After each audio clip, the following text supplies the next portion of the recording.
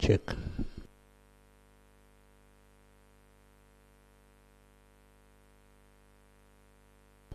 sound,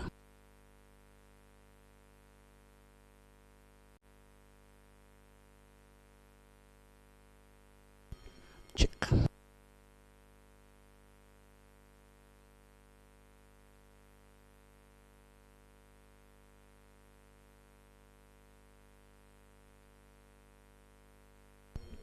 check, sound,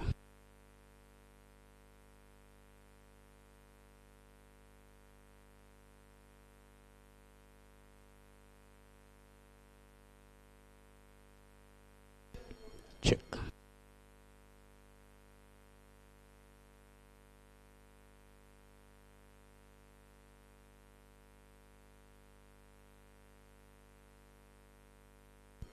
check,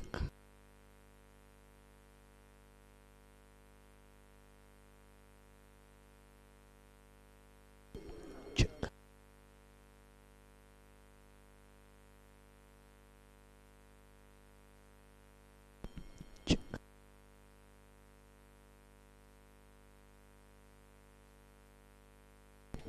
check,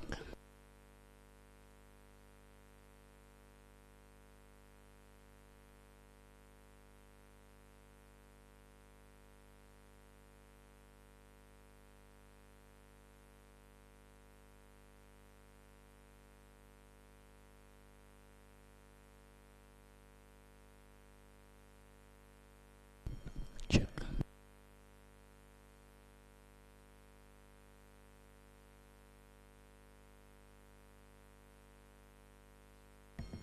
testing,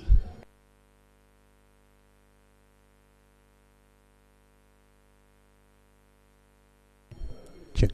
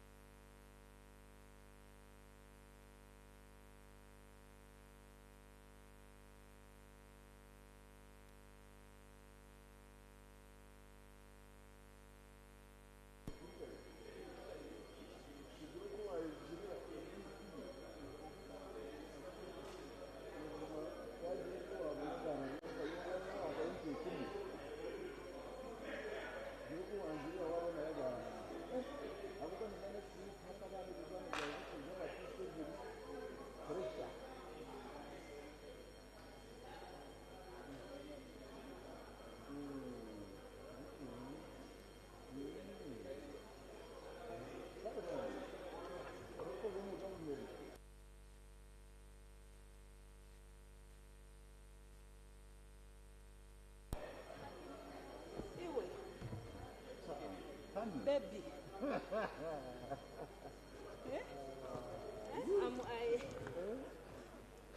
I'm going to report you once again. Don't far. You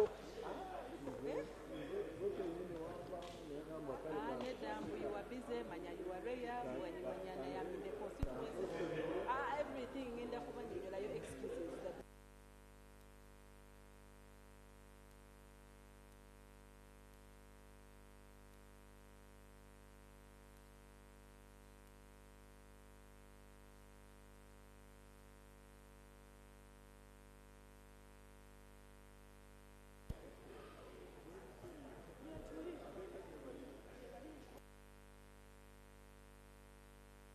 Hello, Nairo. How are you?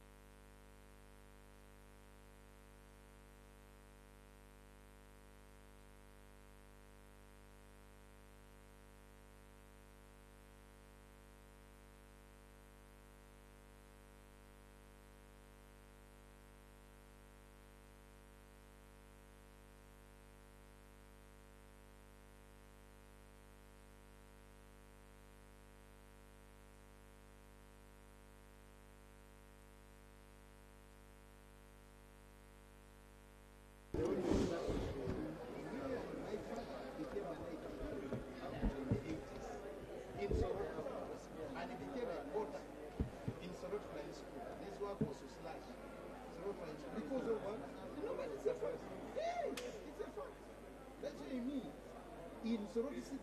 I'm a stakeholder. Yes, I'm a stakeholder. There is no slum. That's why when during campaign of attack. No, because it was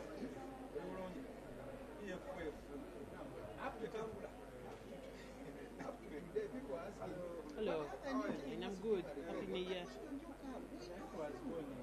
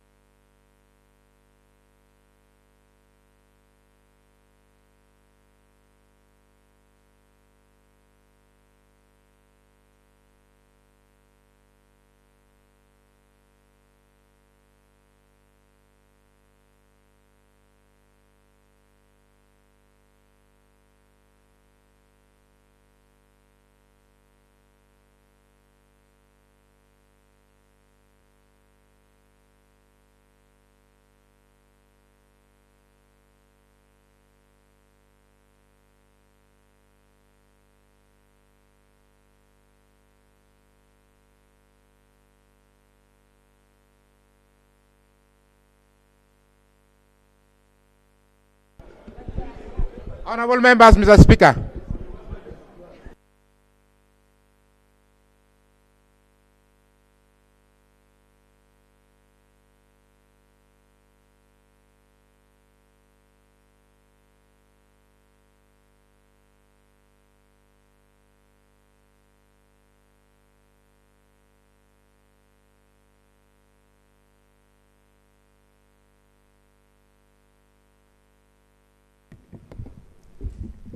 Prayers.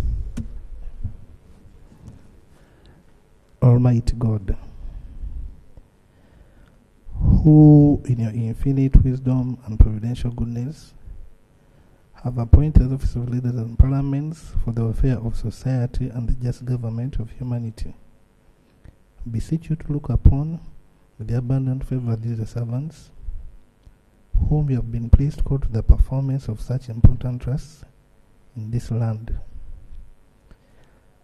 Let your blessings descend upon them here assembled, and grant that they may, as in your presence, treat and consider all matters that shall come under their deliberation in so just and faithful a manner as to promote your own glory, and to advance the good of those whose interests you have committed to their charge. Amen. Amen.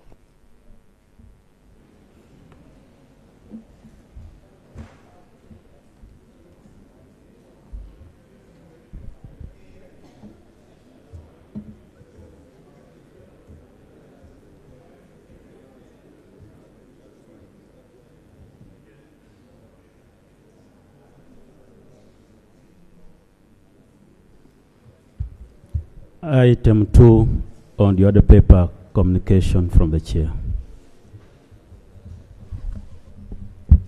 Colleagues, I welcome you to today's sitting. Happy New Year.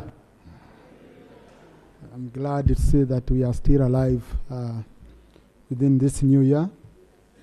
But once again, on a very, very sad note, we lost the former district woman representative for Nakasongora, Honorable Margaret Komhanji, who passed away last week in India. She represented Nakasongora in the 9th and 10th Parliament. Her burial is today, and I want to thank the honorable colleagues who have managed to go to support us. And I got a report yesterday when we were at church that over 200 members at least managed to go to her home to pay their respect, and also at church. So that sign of solidarity, honorable colleagues, is very critical. We always stand by each other. Parliament, we are family. Whether you're a former MP, whether you're a current MP, you'll always be part of the family. So standing by each other is very critical. We also lost the former member of Parliament for Buyaga County, Honorable Ignatius Besigye, who represented the people of Buyaga in the 7th and 9th Parliament. He has currently been serving as a member of the Local Government Finance Commission. He was buried on Saturday, and government granted him an official burial. So we shall be expecting the leader of government business to table a motion to pay respect. Of course, the same for Honorable Babadiri. Margaret Babadiri also was granted an official burial. And today, again on a sad note, today morning, Honorable colleagues, Honorable Pauline Chaka, woman MP Diantonde, has lost her mother, Mrs. Leonarda Chaka. You remember it's just a few weeks ago when she lost her father. It's been a double tragedy. I happened to go to her home around 2 or 3 months ago to see her sick parents. And the two really were extremely close. So when the father died, the mother kept saying, "Release me, I also go to find my beloved." I don't know how many of us would qualify for that.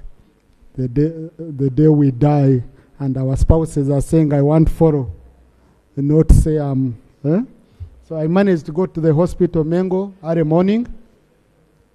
I checked on her at Mengo Hospital early morning, and she was thankful for the prayers and support, honorable colleagues, you've always given her. There will be a vigil at her home in Kira today, starting at 6:30 p.m. And burial will be Thursday, 23rd January at Kachenche, Chirhura district. I request that we observe a minute of silence for our foreign comrades.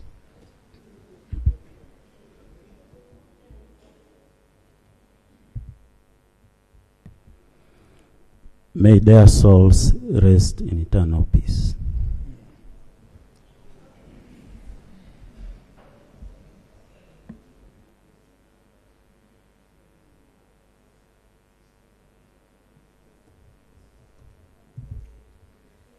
Honorable colleagues, we've started a political year, a year of campaigns. And yet our mandate still runs. We still have statutory obligations. We have obligations to our constituents. So this is a year where we wish you all the best, because our prayer is to see each one of us back. That's what we pray for. Though I've had situations, I've had a few cases where colleagues have been coming saying, so-and-so is in my constituency disturbing me, a colleague disturbing a colleague, campaigning for other colleagues in the constituency. Some of them used names, especially colleagues, if you have friends, your name will be associated with many cases. So-and-so is standing against me, you're the one funding. It will be coming. So, but I request that we maintain cohesion. I request that when we go, it's our policy here. It's an unwritten policy that when you go to a colleague's constituency, you support that colleague. It's an unwritten policy. And then you leave it to the voters. If you can't support, don't talk about a colleague. Just leave it at that. But for harmony purposes, because after when we come here, we are family. So, we are going to design our program in such a way as the leadership of the House that we give you time to be able to engage the constituencies, while at the same time, you're able to do your work. A very good example, when we have, like in the budgeting period, we shall be giving you enough time to handle under committees, but then we give you a break, shall be giving you intermittent breaks so that you're able to go back and engage your constituents. Otherwise, you might be here when they are finishing you on ground, and people want to remember that. But we shall ensure that we try to accommodate most of these issues without us missing our critical function that we are supposed to be doing here.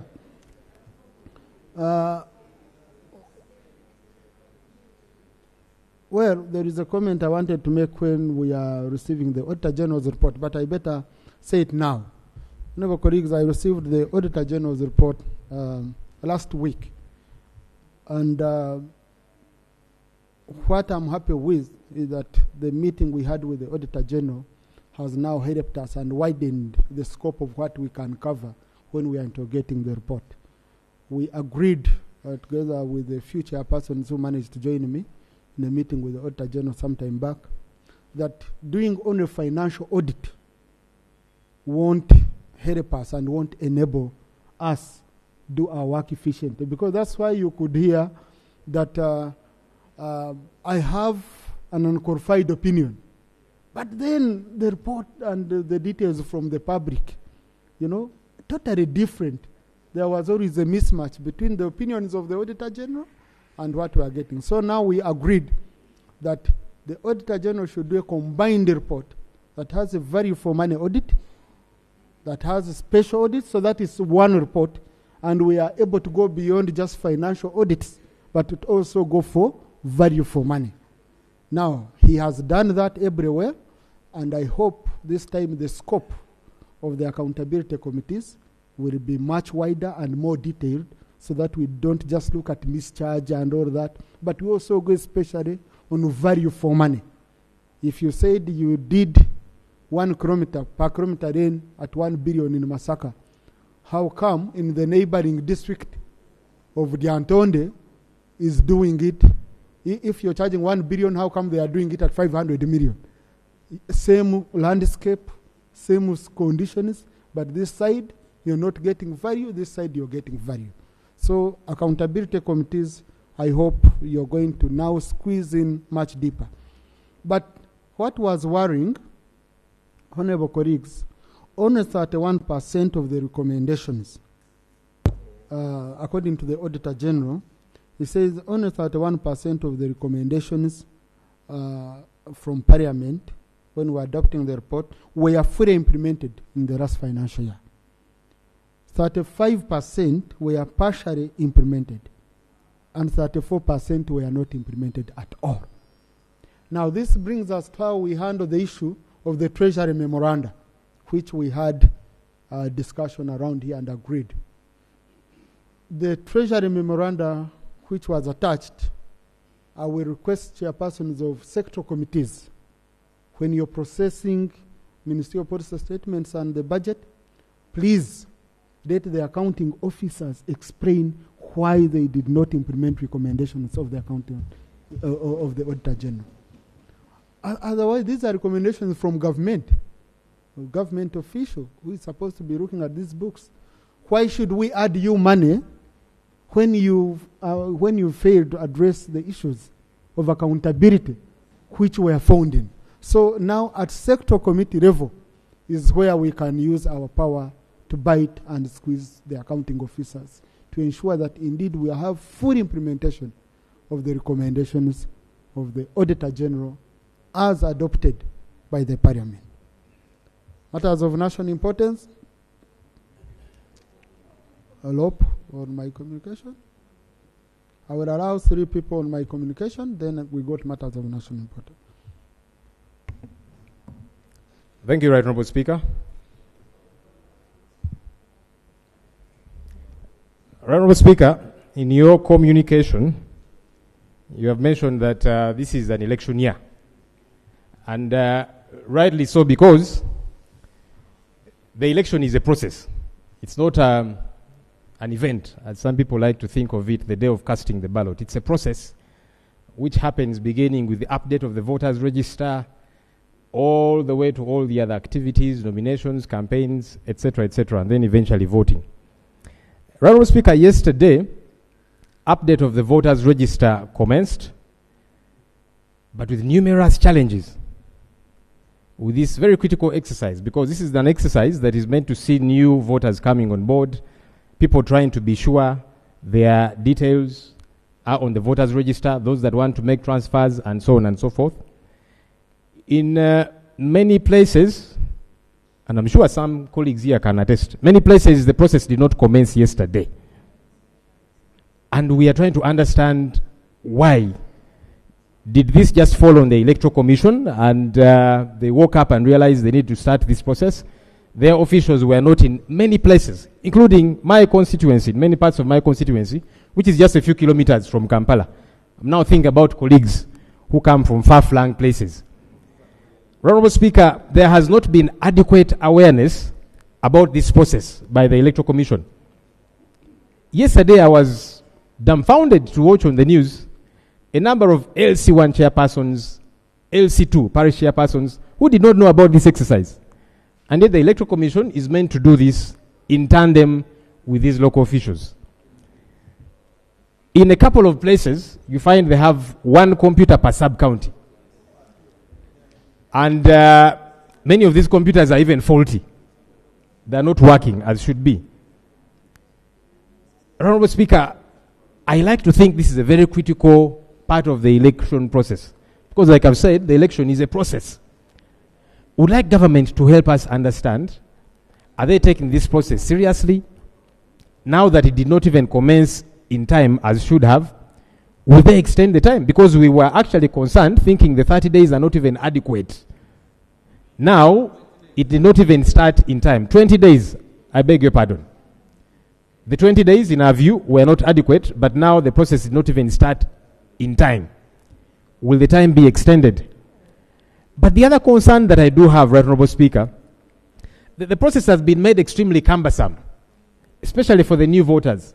They have to get recommendation from GISO, DISO, HISO, FISO, I don't know what. It would make sense for the LC1 chairpersons, that's okay, that's understandable. They need to know the people in their areas and so on. But why all these layers? Somebody has got a national ID. They are known by their LC1 chairpersons. Why do they have to go and look for a GSO, then look for a DSO? They'll go to their home or their office, the place is locked, and all of this making the process problematic. Honorable Speaker, I would like government to address these issues and to help us understand. Can the process be made a little bit longer and better awareness? Thank you. Thank you. Now, honorable colleagues, today I received 6 members. The first was Honorable Naruima Esther. So it was one of the matters I had put here to be considered under matters of national importance. 6 members on that same question. Attorney General, come respond, and then I see how best I can guide on this critical question. Thank you very much, Right Honourable Speaker. I appreciate the question as raised, but the question is quite wide and I do not want to answer it off head. I'm requesting that you give me time. I liaise with the Electoral Commission so that I can formally answer that question, Parliament. Thank you. So, honorable colleagues, if a colleague says he doesn't have a satisfactory answer, okay, you want him to do what? You want to give you a half-baked answer? So, but, please, honorable colleagues, let us have a statement from government tomorrow. Is it late, Attorney General? Right Honourable, I need to get in touch with the Electoral Commission so that I can get a tomorrow response. Parliament starts at 2. But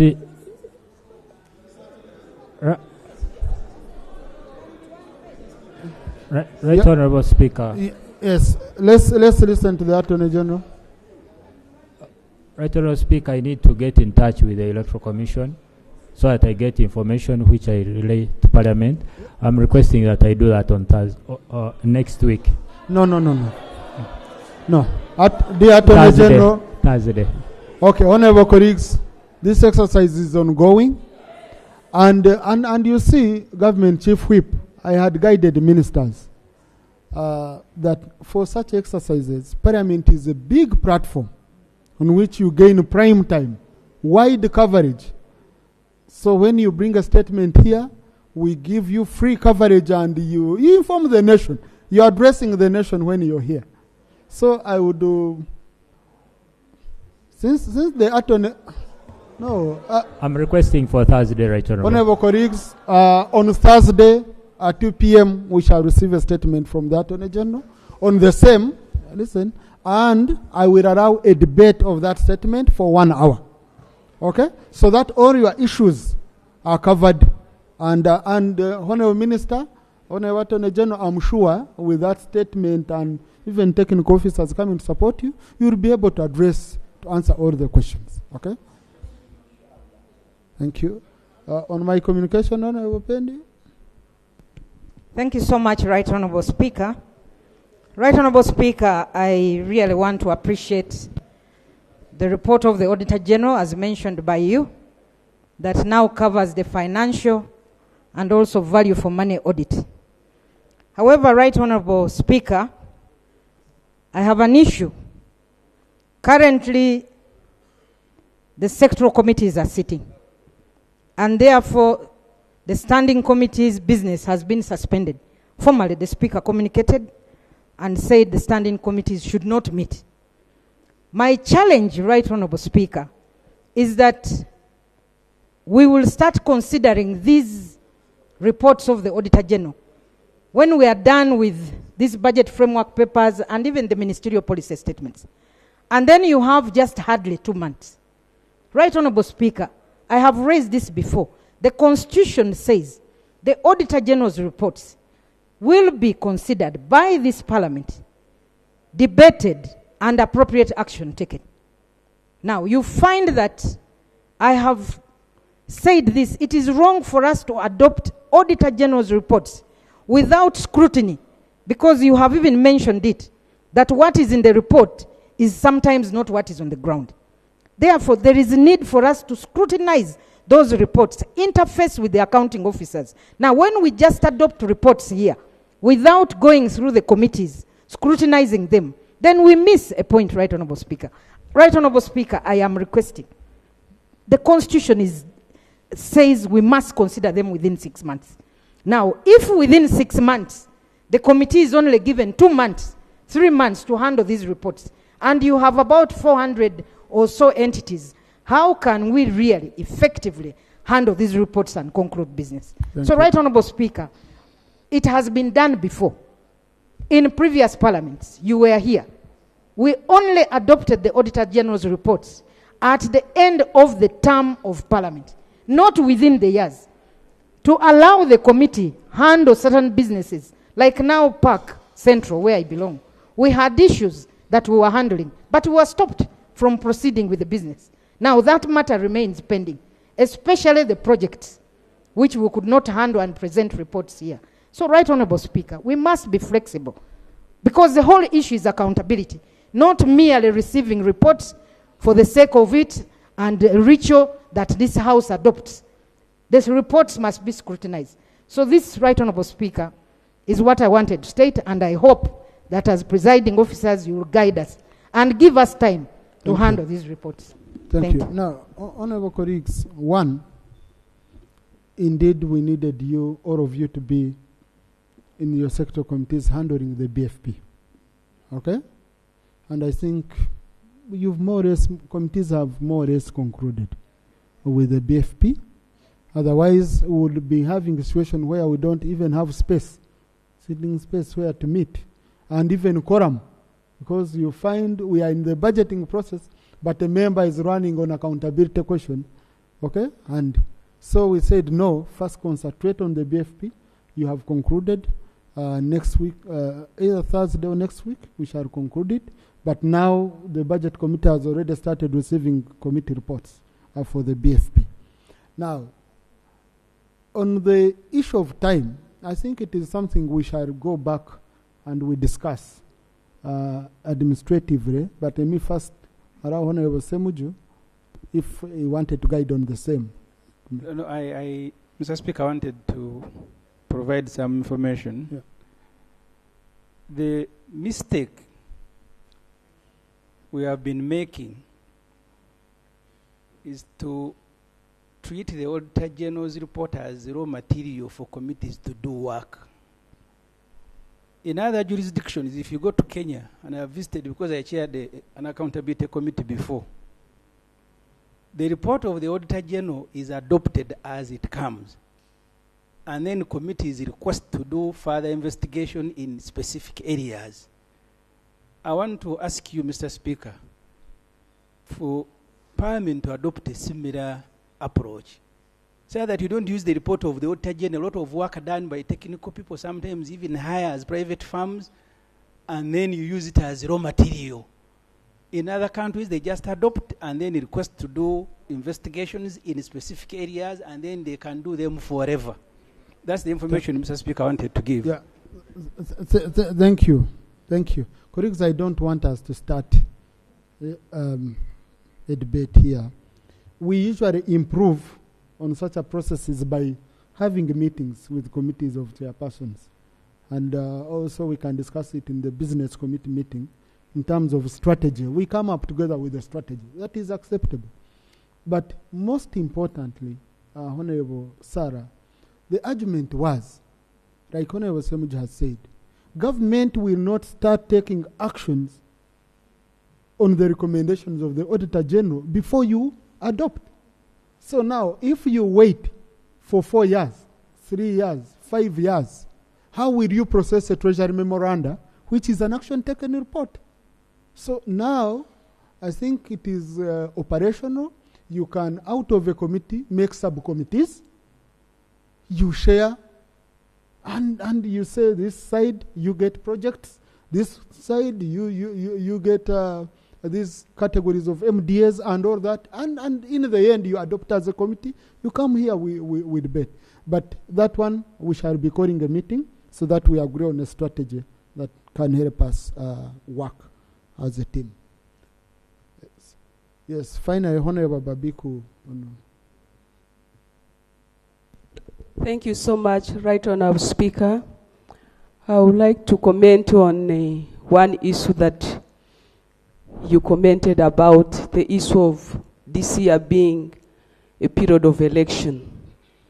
We thank you for the wishes, but we need to be empowered to account to our people in relation to key issues we raised on the floor of Parliament. Right Honourable Speaker, as people from West Nile, we have the issue of the non-compensation of our people as a result of the LRA war, the non-expansion of Adjumani Hospital and others. If we don't have these responses, whether in affirmative or not, it makes it very difficult for us to account to our people. So my prayer is, let government respond to the issues that members have raised so that we have a package to share with our people. Thank you so much. On land compensation, I remember Attorney General we were working out something. Do you have any update? Thank you, Right Honourable. I appreciate the concern raised by my sister, Honourable Babiku. Right Honourable Speaker, originally the government committed itself to do compensation in 3 sub-regions, Acholi, Lango, and Teso. When the exercise started, there was pressure from other sub-regions. West Nile, Bugisu, Bukedi, Busoga, and parts of Rwenzori which were hit by the ADF. This matter was presented to Cabinet, and a decision was taken that we wait, we first see how the other areas are being compensated, because we would be overwhelmed and the government may not be able to appropriately carry that burden. So the idea was that we first do substantial work on the 3 sub-regions, then we would seek guidance from Cabinet and be directed. Thank you. Honourable colleagues, you have power to empower yourselves through budgeting process and sector committees. When you are processing municipal policy statements, and this is where we have to be assertive and we raise these issues. And I'm sure Government Chief Whip has also taken note. It's in a wide perspective, Honourable. Huh? Yes, Honourable Ababiku. Clarification? Also clarification. Let me start with the one who has raided the microphone without my permission. Though he has not spoken. I do not switch on, Right Honourable. Right Honourable, when we had a sitting in Guru, we had a report from the Government Assurance and Implementation Committee on the compensation. That report was read and it was not adopted.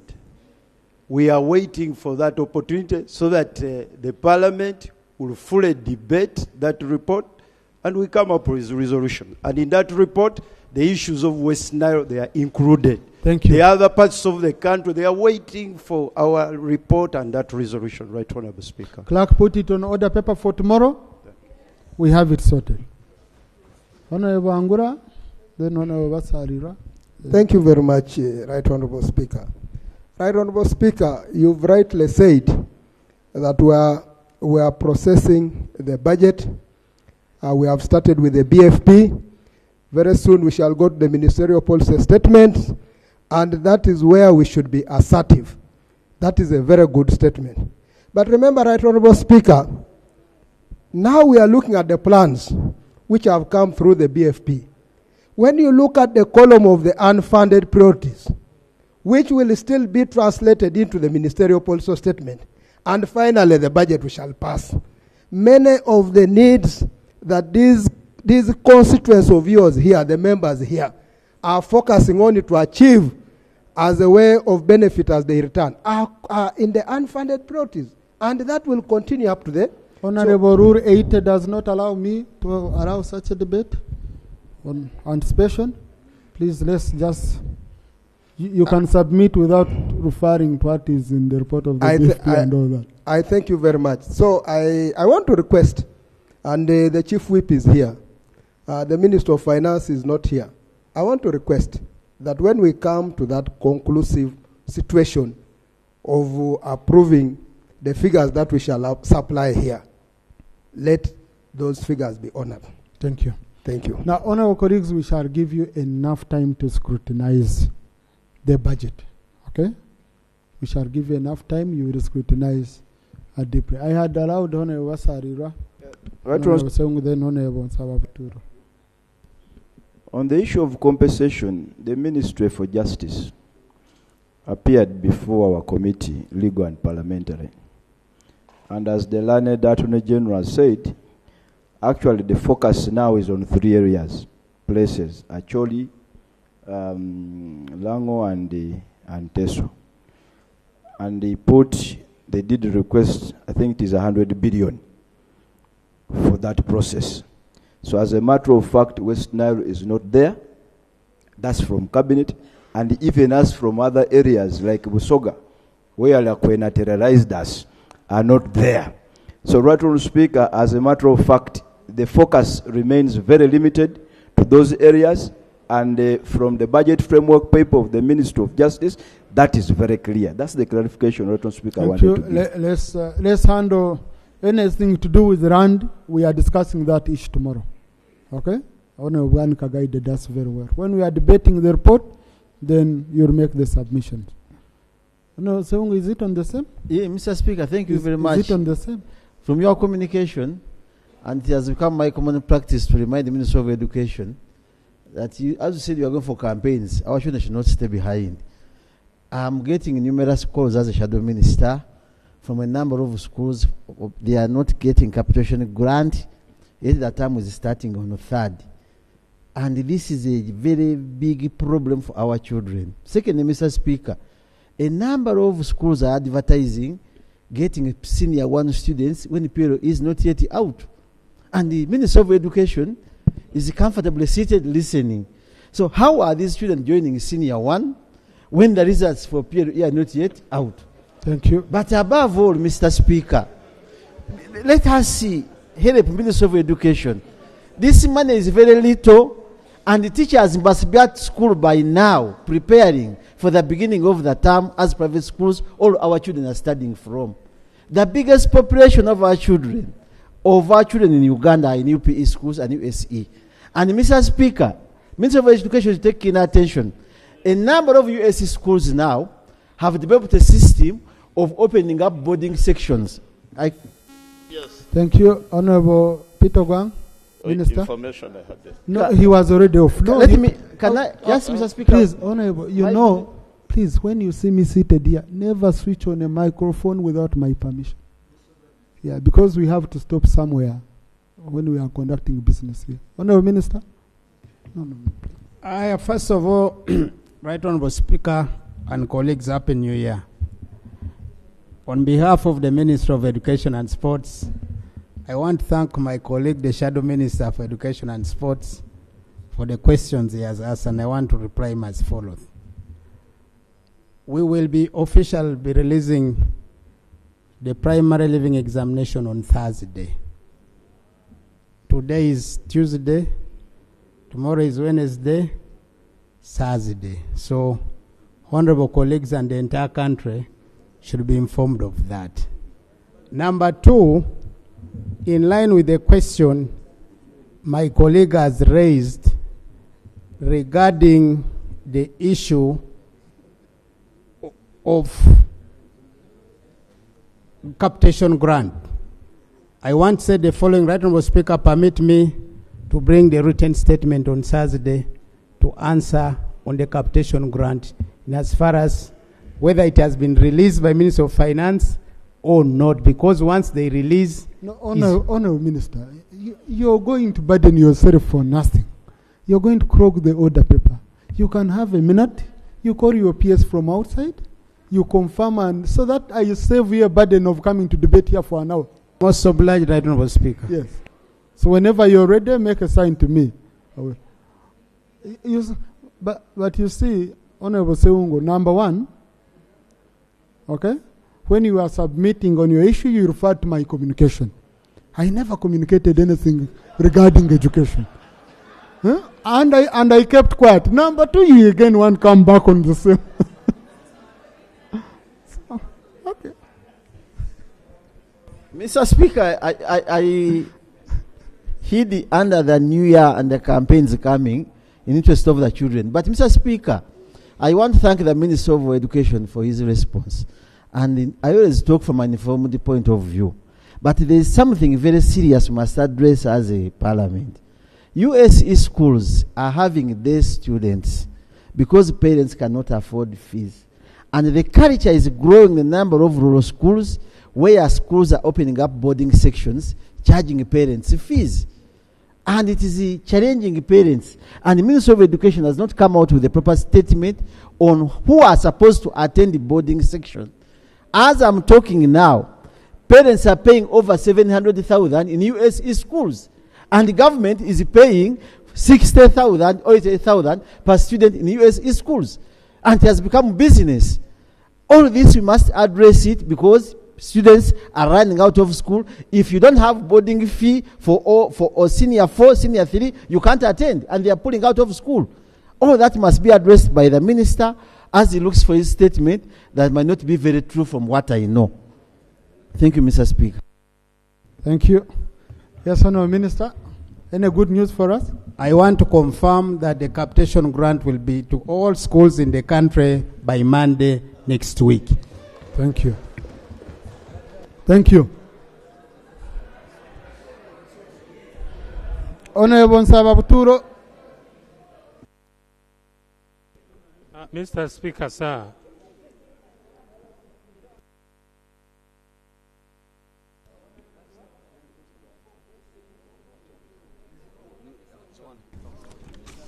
Mr. Speaker, the Committee on East African Community Affairs was tasked to look at, to examine basically the East African Community Mediation Agreement Bill, Mr. Speaker. We've been proceeding well, but we need a bit more time to be able to conclusively put the matter to the end. How much time do you need? I know you've lost time handling the BFP. Mr. Speaker, 30 days would be sufficient. 21 days. Okay? Can do? Very good. 21 days, Honorable colleagues. I think that's fair. Honorable colleagues, on a sad note, I've also received information that Honorable Frederick Gumengovi, MP Bramoji North West, lost his mother yesterday.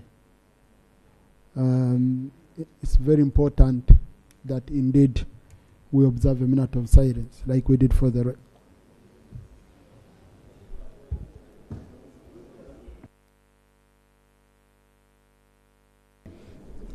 May her soul rest in eternal peace. Now, I've seen next time when I'm reading, I will start with the one who died.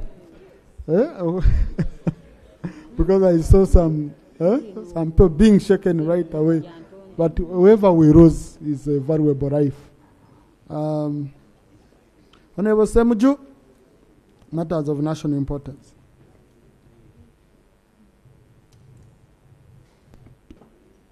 I want to thank you, Mr. Speaker. Mr. Speaker,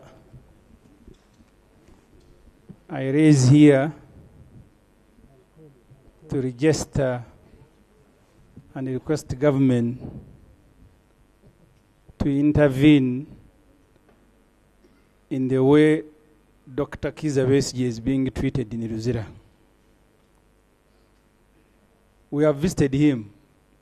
At least those of us who belong to the same side with him, we have talked to him, taken food. Now that right has been taken away by the prisons authority. But also when you visit him, last time I was there with the Honorable Mwijuchi, Honorable Kamara, they have now put a grass. So he stands behind some grass and there is a microphone. You can't even be sure that you are speaking to him. we don't know why these conditions, because Dr. Besigye is the most imprisoned person under this government. This is the first time that he is being treated like this. What is worrying us, Mr. Speaker, even more, when you deny people food of their choice, because food is also medicine. We have had colleagues who leave Ruzira, including Besigye's brother, and as soon as they leave, they die. Dr. Chiguna and others. We don't know whether it is deliberate that when Dr. Besigye, if he ever leaves, he leaves when his life has been really affected. More worrying, the CDF, General Moses Kainerugaba, announced that Dr. Besigye will be hanged. Mr. Speaker, I did not take the statements of General Moses seriously, but now I do. Why? He said they will go and attack Kenya, they will be in Nairobi. Actually, I thought it was a joke. But Dr. Besigye was kidnapped from Nairobi. We had some other colleagues, 36 kidnapped from Kisumu. For me, I don't need any further evidence that actually they attacked Nairobi and took it over long ago. When the other day he called General Erueru a buffoon, I kept asking myself, did he ever do something buffoonery for General Moses to begin calling him a buffoon? And for UPDF officers who are here, you must be very careful with what you do. I kept asking, what has he done? My memory took me to Kasese, where he commanded the attack on Rubiri. And I said, is that what Muhoozi was referring to as buffoonery?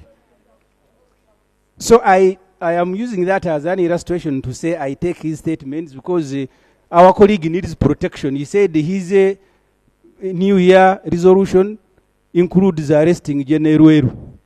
I am happy General Erueru is here, he hasn't yet been arrested. So, Mr. Speaker, I am saying I take his statements. The other day he said he will arrest the Committee on Defense. Those crowns cannot summon me. And I saw them seated comfortably. The guy has refused to come. So I now take his statement serious. So when he says he wants to hang Dr. Kizza Besigye in May, he said he has actually now shifted it. I don't know whether starving him in Ruzira becomes part of the process, but I want to ask government to tell us. Dr. Besigye was generous. He tweeted President Museveni when they were fighting in Luwero and his family. Why are they paying him by starving him, Mr. Speaker? Thank you. Honourable Minister for Internal Affairs.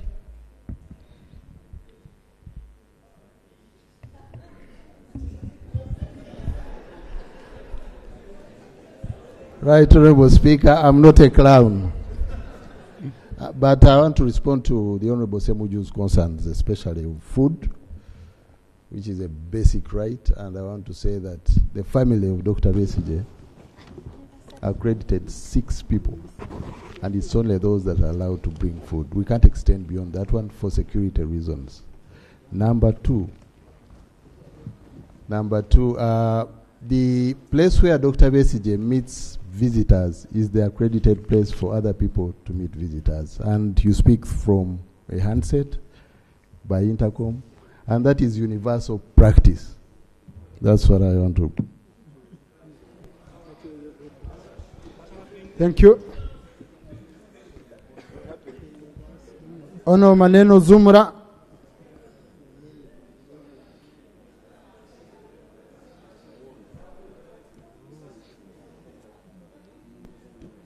I respect General Muhoozi, but it's not right to lie.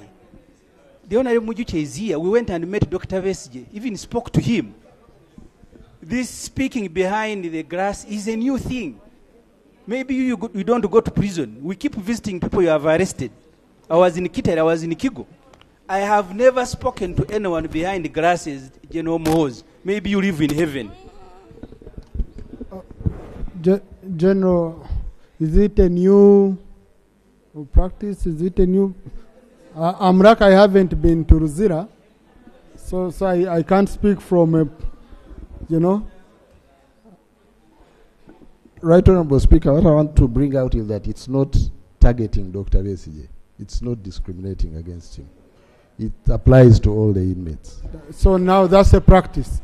Yeah, so honorable colleagues, the people in charge of prisons, if they have a way now they are handling prisoners, and it's for all prisoners, now here, what should I do on the fraud? No. No, I really, colleagues, please.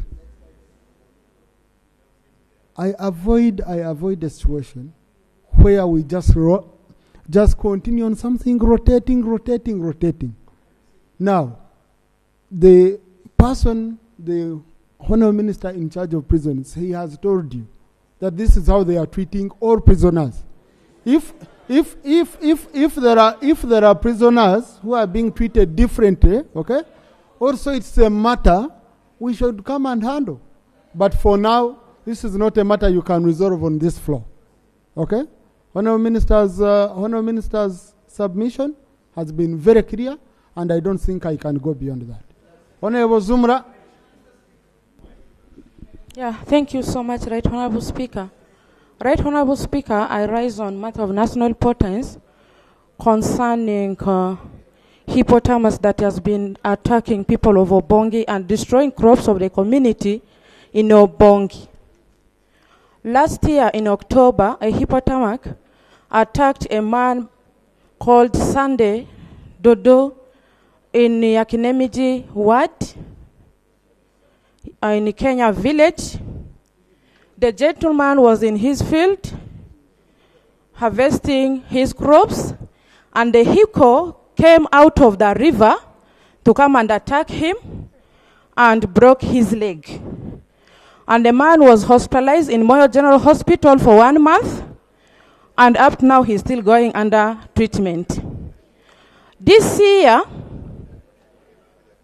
on 17th of January, a man by the names Modesta from Iwafa sub-county, Atimar East Village, Iwafa Parish, was again attacked by a hippo that came from the water and attacked him at the landing site because the man is a fisherman. He went fishing.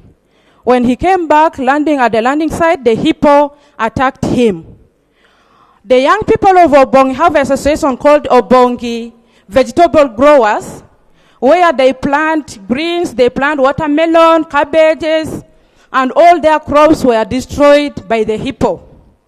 So my prayers are that the young people who have been growing vegetable and their crops are being destroyed, I am seeking the Ministry of Disaster to help them with seeds, whereby they can also plant it again, and Ministry of Agriculture. Secondly, my second prayer is that OWA should intervene into that matter. Because we don't have a field office for OWA in Obongi, the field office we have is in Adjumani. Whenever such matters happen, we call OWA officials, they don't respond. So far, this Modesta man is in Yumbe General Referral Hospital undergoing treatment, but the one leg has been chopped by the hippo. So meaning he has become so far a disabled man who can no longer be resourceful in his family. I am also praying that OWA should come into rescue of these people who have been affected by the hippo, because they are going treatment and they also have other things to do. And the OWA people are not responding to. Thank you. Now, for hippos, are they from, no, means, antepas, are they from the national parks? Because they are from water, under which ministry? Thank you, Mr. Speaker. First, we want to say sorry for the people who have been affected out of the conflicts between human beings and animals. Just to inform this House that the Minister of Tourism will be informed, if they have not been informed, in a short time, so that they can follow up on that matter and see what can be addressed. Regarding the disaster, the Minister of Disaster is here. I do not know whether that is within your jurisdiction, but we also know that there is some resources for compensation under the Ministry of Tourism for people who are affected by a conflict like that. I thank you. Yes, but Honourable Minister for Internal Affairs also pick interest with security to see how best, because if OA has not been responding, maybe the police should be able to help coordinate. Honourable Minister for Disaster Preparedness, we need seedlings.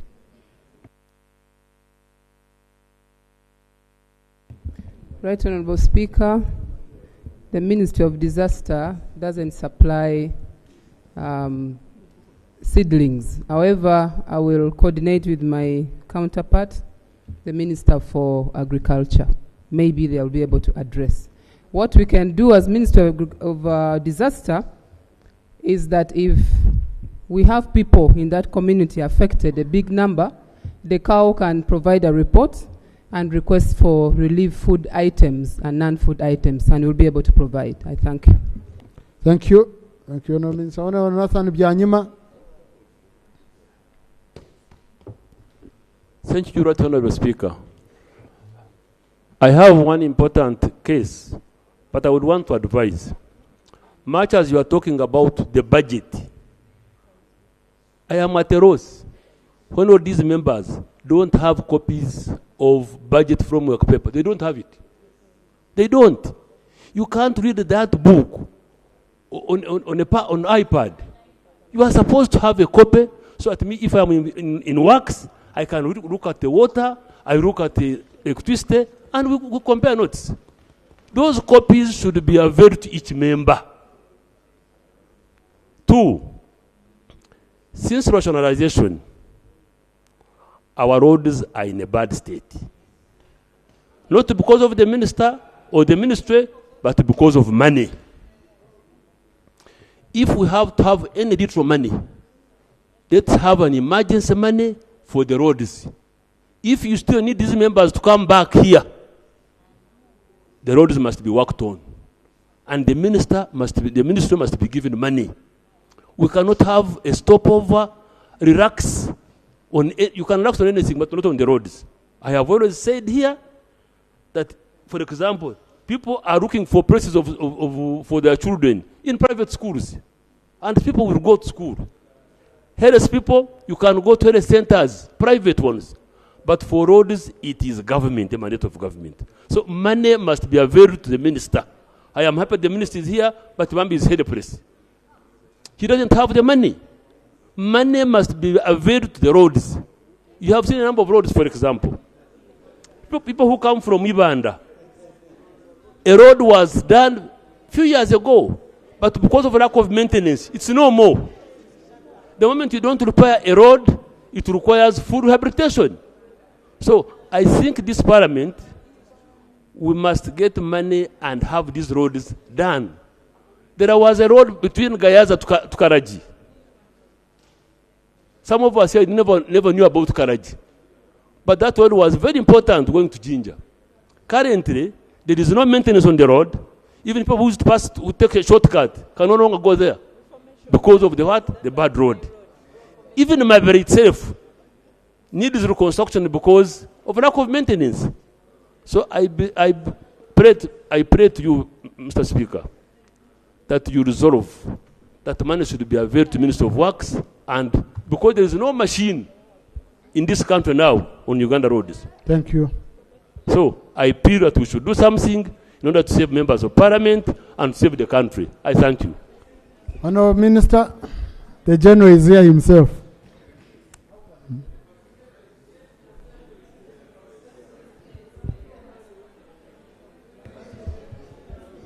Thank you, Honourable Speaker. I want to thank Honourable Byanyima for raising this matter. Unfortunately, on the bench, the Minister of Finance is not here. This is a matter which is on his desk. We have raised the red flag because I've also even appealed that we should not start new projects because even the ones we are running are not being properly funded.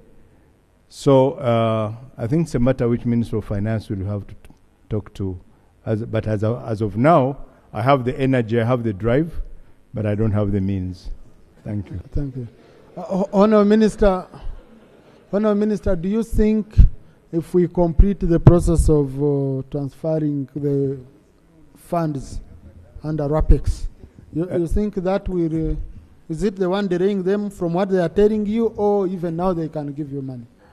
Right Honourable Speaker, when, if I may say, as UNRWA is coming to the ministry, they are coming, we are inheriting a debt of about 1.3 trillion alone.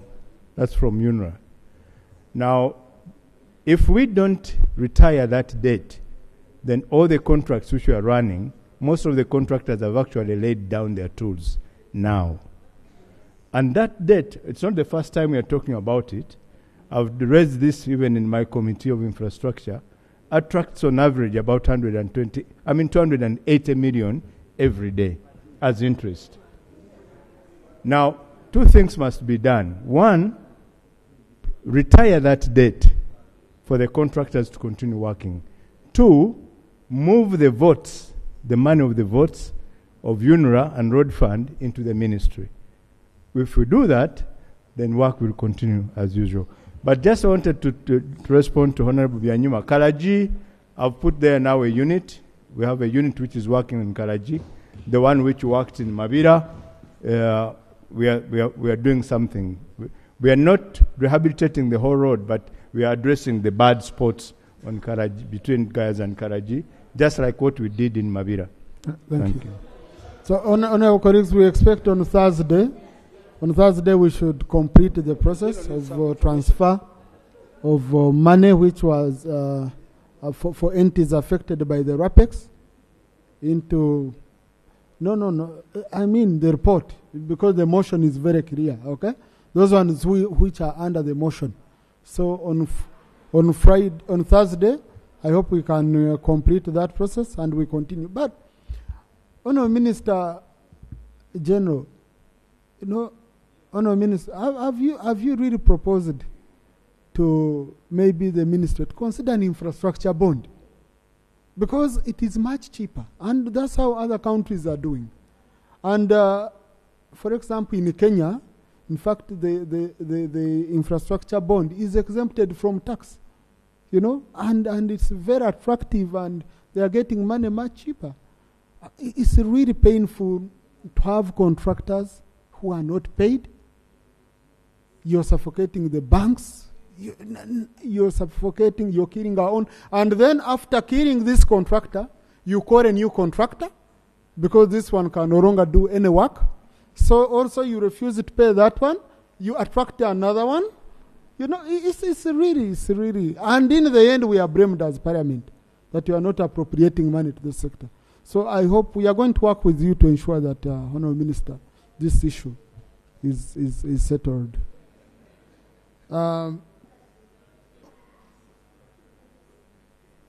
Honourable Saro Pendi.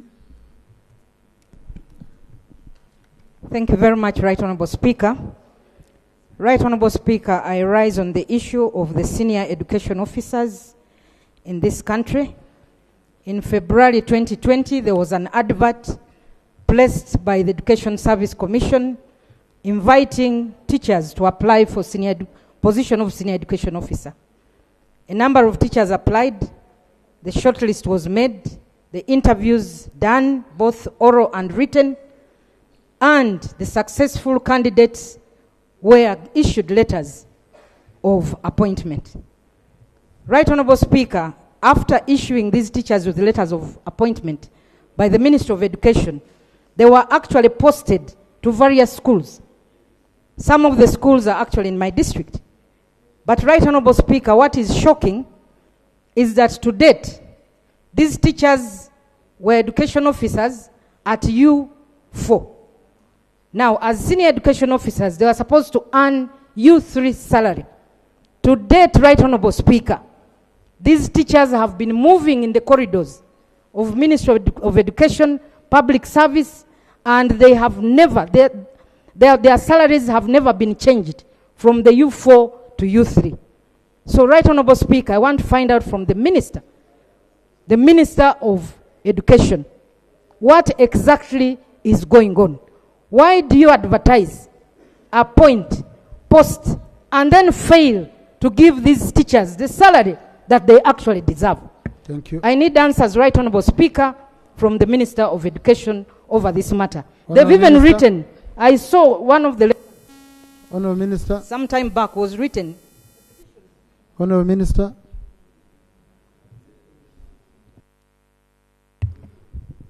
Well, first of all, Right Honourable Speaker, thank you so much, and I would like to begin by thanking my colleague for asking such a good question. I want to confirm in 2022, in terms of the implementation of the scheme of service, Education Service Commission did recruit 154 education officers. Right Honourable Speaker, after the recruitment of those teachers, it is true they were meant to automatically qualify to earn U3 salary scale. I also want to confirm that during our interaction with the Ministry of Public Service, we are working with them in terms of the availability of funds for us to pay those teachers in line with the appointment letters we issued to them. So I want to confirm to my colleague, the Minister of Education and Sports and Minister of Public Service are following up this matter urgently to resolve it and have these teachers paid. I thank you so much, Right Honourable Speaker. Yeah, but Honourable Minister, you know, it is against the law to commit government without funds. And by issuing appointment letters, you committed government that these people, and this is a statutory obligation. It's not something for negotiating, robbing, and all that. So are you going to pay their arrears? Because... Right Honourable Speaker, I want to say the following. The officers were issued appointment letters and posting instructions, but there was no salary increment for the promoted staff. This arose out of the salary staffing structure, which had not been included.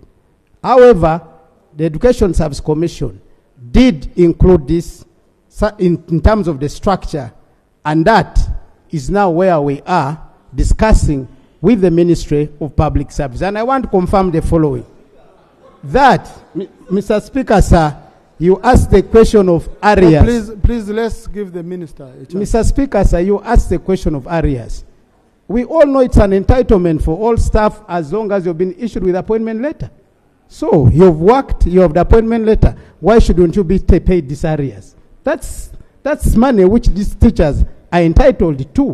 What we are now following up is for us, with Ministry of Public Service, have this money properly budgeted and these teachers be paid. I thank you. Thank you. Honorable Chair, Committee of Education, I know you're handling the issue of recruitment of teachers under your committee. I don't think you've concluded. Pick this component. Okay? Let the technical officers, the accounting officers, Minister of Public Service appear, and you make a sub-report to be part of the main report on this same matter. Most obliged, Mr. Speaker, and we have scheduled all of them to come. Yeah. So there is no cause of alarm. Order to me. Honorable James, whom are you talking to? I was talking to you, but I was... So, Mr. Speaker, sir, what I was informing the House. I was informing the House that we have already rescheduled. We are beginning on 27th with the petitioners, the Minister of Education, the Minister of Public Service. I've added you another issue. Yes. Okay?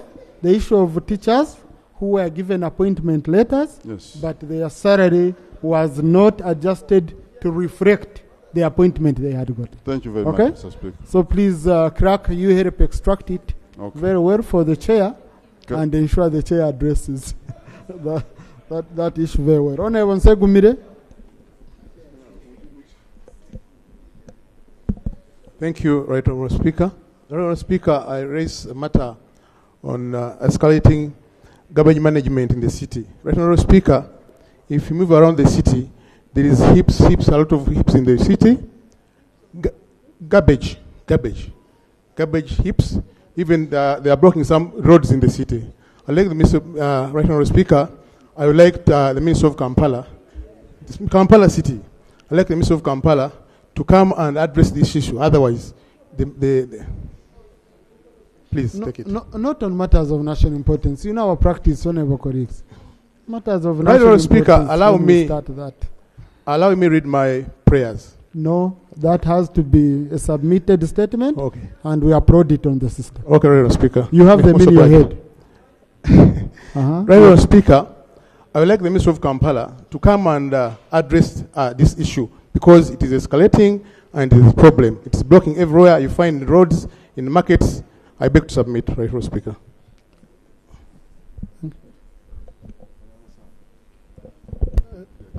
Honourable Narima, you wanted to... Thank you so much, Mr. Speaker. Mr. Speaker, I already also brought this matter earlier. Mr. Speaker, the matter is not only in Kampala, but it also affects the people of Wakiso and the neighborhood. Because when you look around right now, the tenders that were given to those in Kampala, right now they have contracted some officers or some LCs in Wakiso, whoever has a small portion can allow to dispose garbage there. So it's really a very big problem. And now to make matters worse, now local governments in Wakiso are no longer consulted. And to Mr. Speaker, when we are talking about garbage, we can't also forget that compensation for Chitezi people is still pending. That's also a matter that needs to be followed up. No, I will ask the Minister for Kampala next week to come and update this house. In the same. Honourable Kizza, finally. Right Honourable Speaker, thank you very much. Right Honourable Speaker, I want to raise an issue of national importance where there is a government policy that in each and every sub-county there should be a government-aided secondary school. In Buchimbiri, we have 4 sub-counties, and we don't have secondary schools government-aided. Secondly, now we find that yesterday they released a list of seed secondary schools. Now the point which is asking, what is the criteria and what is the qualification of one school becoming a seed school? Because you find in some districts, you find one district having about 5 or 2 schools, seed schools, when in other areas we don't have. I would wish the minister to put it clear when the government will implement the policy of a secondary school in each sub-county and the qualifications for one to qualify or not qualify for a city school, because it has become for either politics or who knows who. I thank you. Honourable Minister, I saw there is a new vision. I don't know whether number 1 it is accurate. Number 2, how one district can have 5 schools when another one has 0. What was the criteria of choosing? Right Honourable Speaker, first of all, I entirely want to concur with the submission of Honourable Kizza on one part. It is true it's the policy of government to have a seed secondary school per sub-county across the country. It is also true that as the Ministry of Education and Sports, we are undertaking construction of a number of secondary schools across the country. And some of you colleagues can attest for yourself, because these constructions are taking place in your respective sub-counties. In terms of the lists which appeared in the newspaper yesterday, Right Honourable Speaker, I want to say the following. I cannot deny nor confirm, but permit me to bring the official list to this house so that it is a list I own as the minister responsible for education and sports. Thereafter, I will answer questions specific on how I went to Kachumbala, I went to Ruchiga, I went to Moyo, I went to Kasanda. I will answer when I have the list with me once my statement is ready. I thank you, Honourable Minister, when do you want to bring that list? Right Honourable Speaker, can I do it on Thursday, sir? Okay. I thank Thursday you, because granted. tomorrow... Thursday granted. Yes, thank you so much. Next item. Item 3 on the other papers, statements by ministers on 1 expired Uganda national IDs. Honourable Minister for Internal Affairs.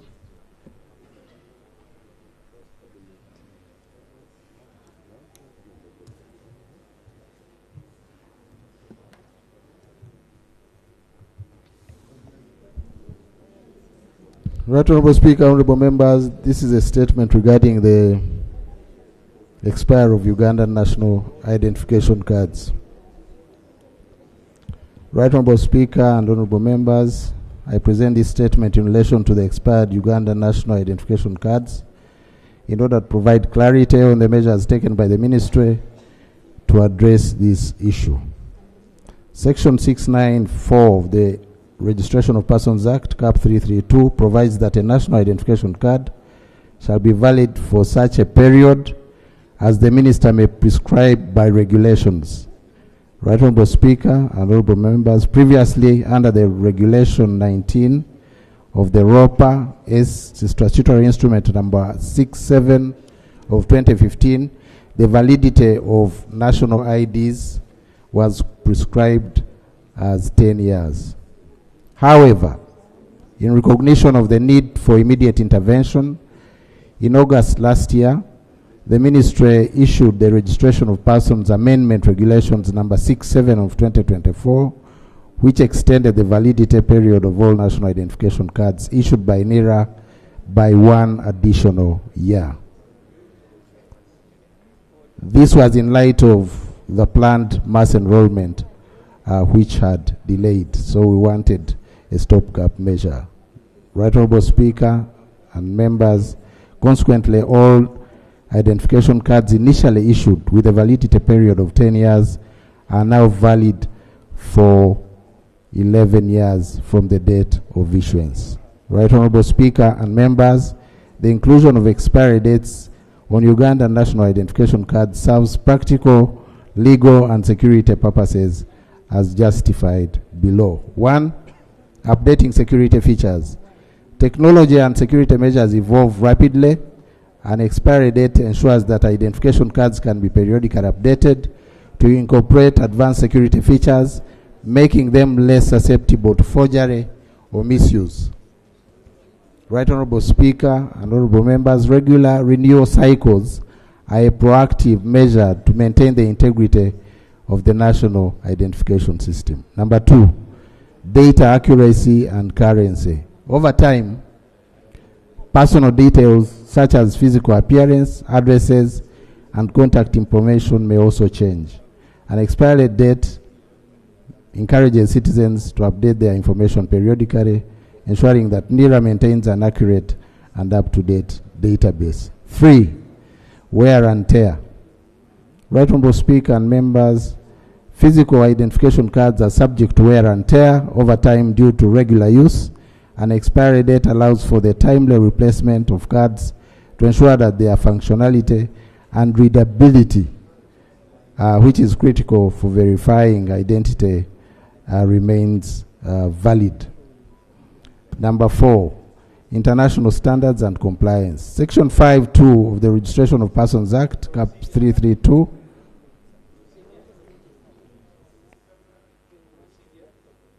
procedure. Mr. Speaker, I had thought that these changes were meant to protect the Speaker. The way the Honorable Gwanga has run, even jumped barricades.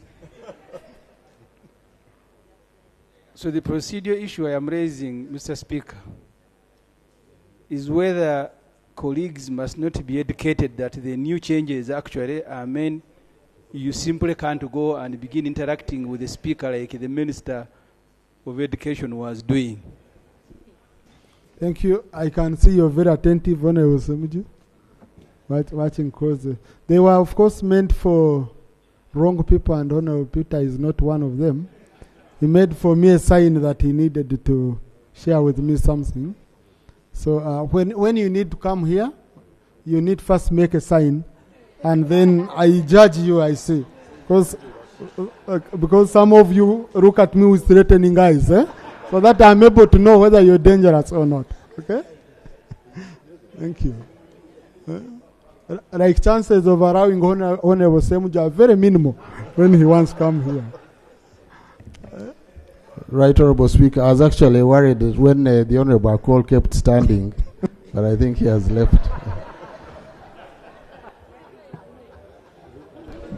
That said, Right Honorable Speaker and the Honorable Members, we had reached data accuracy and currency.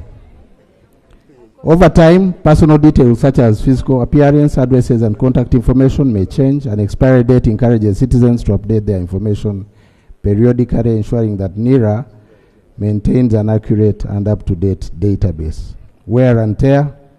Physical identification cards are subject to wear and tear over time due to regular use, and expiry date allows for their timely replacement of the cards to ensure their functionality and readability, which is critical for verifying identity. 4. International standards compliance. Section 5(2) of the ROPA provides that NIRA shall observe general accepted information security practices and procedures and specific industry or professional rules and regulations.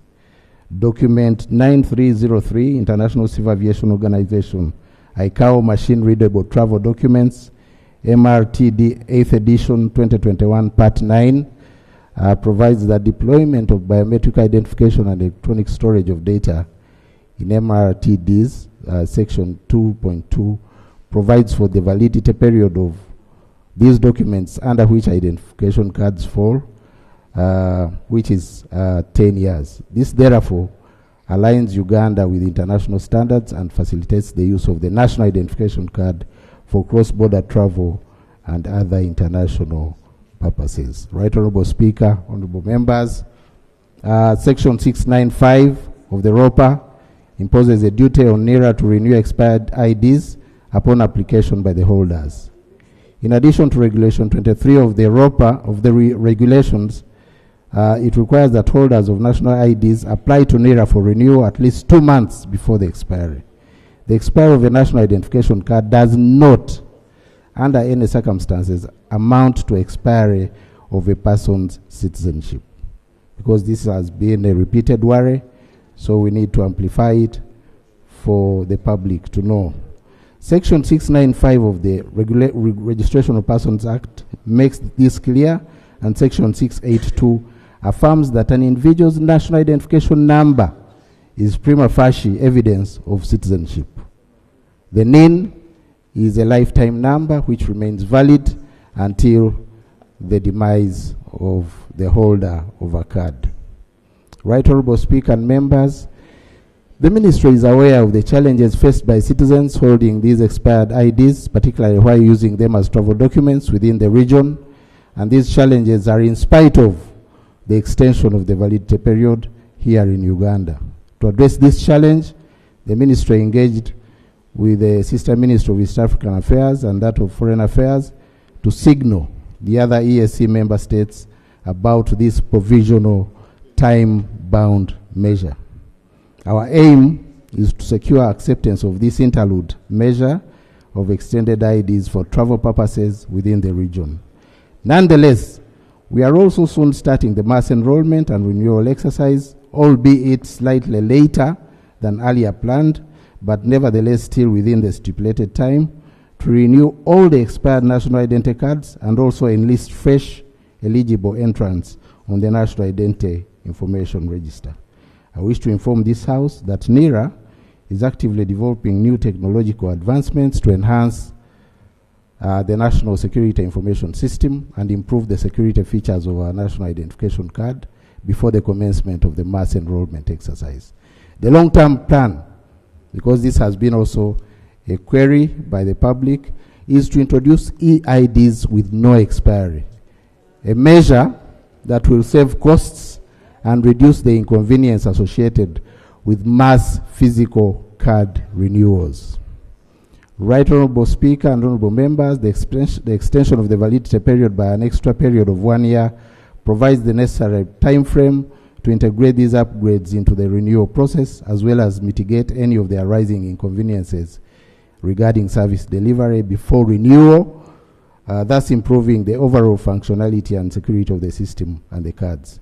The extension, therefore, is a provisional stopgap measure and not a substitute for new national identification cards. Right Honourable Speaker and members, I will assure you that the Ministry of Internal Affairs is committed to ensuring that the identity and rights of Ugandan citizens are protected and upheld. The Ministry shall continue working tirelessly to ensure a smooth mass renewal and mass enrollment exercise of the national identification cards. I beg to submit, Right Honourable Speaker and honourable members. Thank you.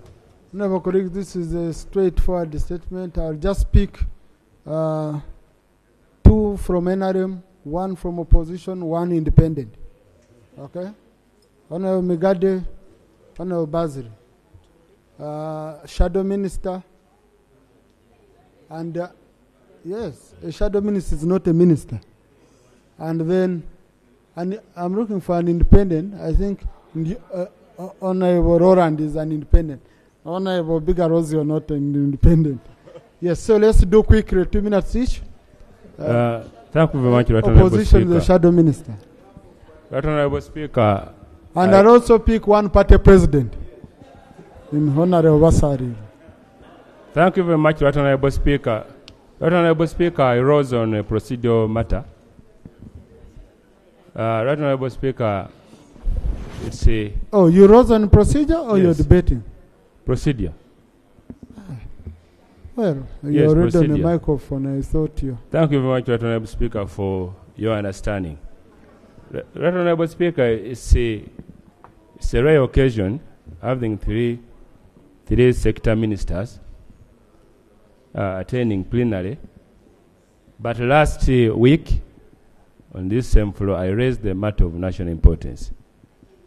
And it was to do with the piracy on the lake, whether some of our people actually killed, boat engines stolen on a daily basis. From the time I raised that matter, it also happened yesterday, it happened last week, and the minister, State Minister for Defense, undertook to send a team on ground to assess this. I raised the same matter with the Minister of Defense, who is also in attendance. I raised the same matter with the Minister of Internal Affairs, and since then, no officer has appeared in Buvuma to assess this. And Right Honourable Speaker, I know it is a duty of the Minister of Internal Affairs and the police to keep law and order, but also for the Minister of Defense to ensure that the national borders are really safe. We have a sub-county where these issues are actually happening, borders, Uganda and Tanzania. Our prayer remains the same. We want the relevant ministers and agencies to go on the ground and really assess the situation and see how our people are really assisted. So now that they are here, I really want commitment from them that effective tomorrow, such occurrences will not occur. Now, Commando both. Our honourable colleague. Oh, I was reminded you're private. There he stands up once you call him a private. I'm private, but I want to let my sister, who has been having the conduct of this matter, to come and give more details. Honourable both is private, but he gives orders to commanders. So, yes, Honourable Reru, Huda. Honourable Kabusi, you want to open up this matter? Because just Honourable Minister, let me allow the 2 members from the fishing community. Yeah. Thank you, Mr. Speaker. Mr. Speaker, I was saying it's not only a Buvuma issue, but the fishing communities, Mr. Speaker, suffer the same problem. I would suggest, Honourable Minister, Mr. Speaker, that the 3 or 4 ministries, the one of East African Community Affairs, the one for security, the one for defense and internal affairs, have maybe a joint task force to address this. Have a joint task force to address this. All of us who represent constituencies that border other countries in the lake, our people are insecure. For them on their side, Mr. Speaker, they have means to protect their people. But ours in these waters of our communities, we don't have security for our people. They take engines and the boats and the fishermen of our people can't chase them. Thank you, Mr. Speaker. Thank you very much, Right Honorable Speaker. Right Honorable Speaker, the issue of piracy on the water is a serious issue. And sometimes when we ask the commanders down there, they raise the question of fuel. Our people on this side are a little facilitated as compared to the other. And sometimes you find that the pirates have got bigger engines, they move faster, and when our people go in to intercept, they don't have the capacity. So actually it is a serious issue that should be addressed squarely by the Minister of Internal Affairs, the Minister of Defense, and the Minister of East Africa, because it is an issue and is affecting the economy of our people, the fishing community. Thank you. Karangara.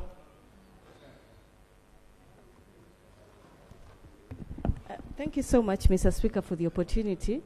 I also wanted to give him information, Mr. Speaker, that when we ask our fishermen who exactly they think is doing this, some of them tell us it is the men in uniform. They have, like he said, they have the big engines, they have the fuel, they have those big boats, but they're always clad in army uniform. Mr. Speaker, army uniform. And they also have guns and machetes. So, yes. So we would want the minister to explain to us the UPDF uniform. Yes, and also police uniform, Mr. Speaker. It is happening between Mazinga sub-county, Bobeke, Chamuswa, and Bufumira. All these islands in Sese or Kalangala. Mr. Speaker, we all know that we have the UPDF on the lake to guard or man the lake in the fishing sector. If they can have guns to man the lake or the fish, why not secure the people who actually make money to pay them? Thank you so much, Mr. Speaker. Honourable Minister. Sorry. Honourable Pachuto is the same. I know you have a wreck on your side. You still have also problems? Yes, thank you, Right Honourable Speaker, and Happy New Year, Honourable Speaker. Honourable Speaker, about 3 of my sub-counties border the DRC, and we have the same problem, the fishing communities, because there is no clear cut where the border is on the water. You find that there are people who come from Congo and confiscate their nets, they confiscate the engines. But for me, in my case, it's not about the men in uniform. The people from Congo come and confiscate, and they charge them a lot of money. Our RDCs have tried to even go into Congo to negotiate with the other people on the other side. But the support from the central government is a bit limited, and this continues to reoccur. I'm very happy for my colleague that has brought this on the floor, and now that the ministers are here. I think there is now need for interministerial, regional kind of meeting, because the local leadership, like RDCs, have tried, but this continues to resurface. I thank you. Thank you. Now, as Honourable Minister comes, I remember I made a joke on Honourable Semuju, but I didn't qualify it. So it can, once you read the answer plainly, when I was saying that for him he cannot come near me here. So it should be recorded by the answered team that was on the right note. Otherwise it can remain an official record of Parliament that Honourable Semuju cannot come near the Speaker. It's a dangerous character. Okay? Yes, Honourable Minister. Thank you very much, Mr. Speaker. Mr. Speaker, indeed, the members of Parliament from the Lakes raised the issue, and I had committed in this House that our security officers will act, and indeed I have informed them they have prepared to act. Yes, they have prepared to act, And soon, Honorable, I was going to call you and give you a day so that we would have a meeting with them at the site. But now I'm more impressed by the proposal that has been brought by Honorable Kabusu, that this issue needs inter-ministerial committee.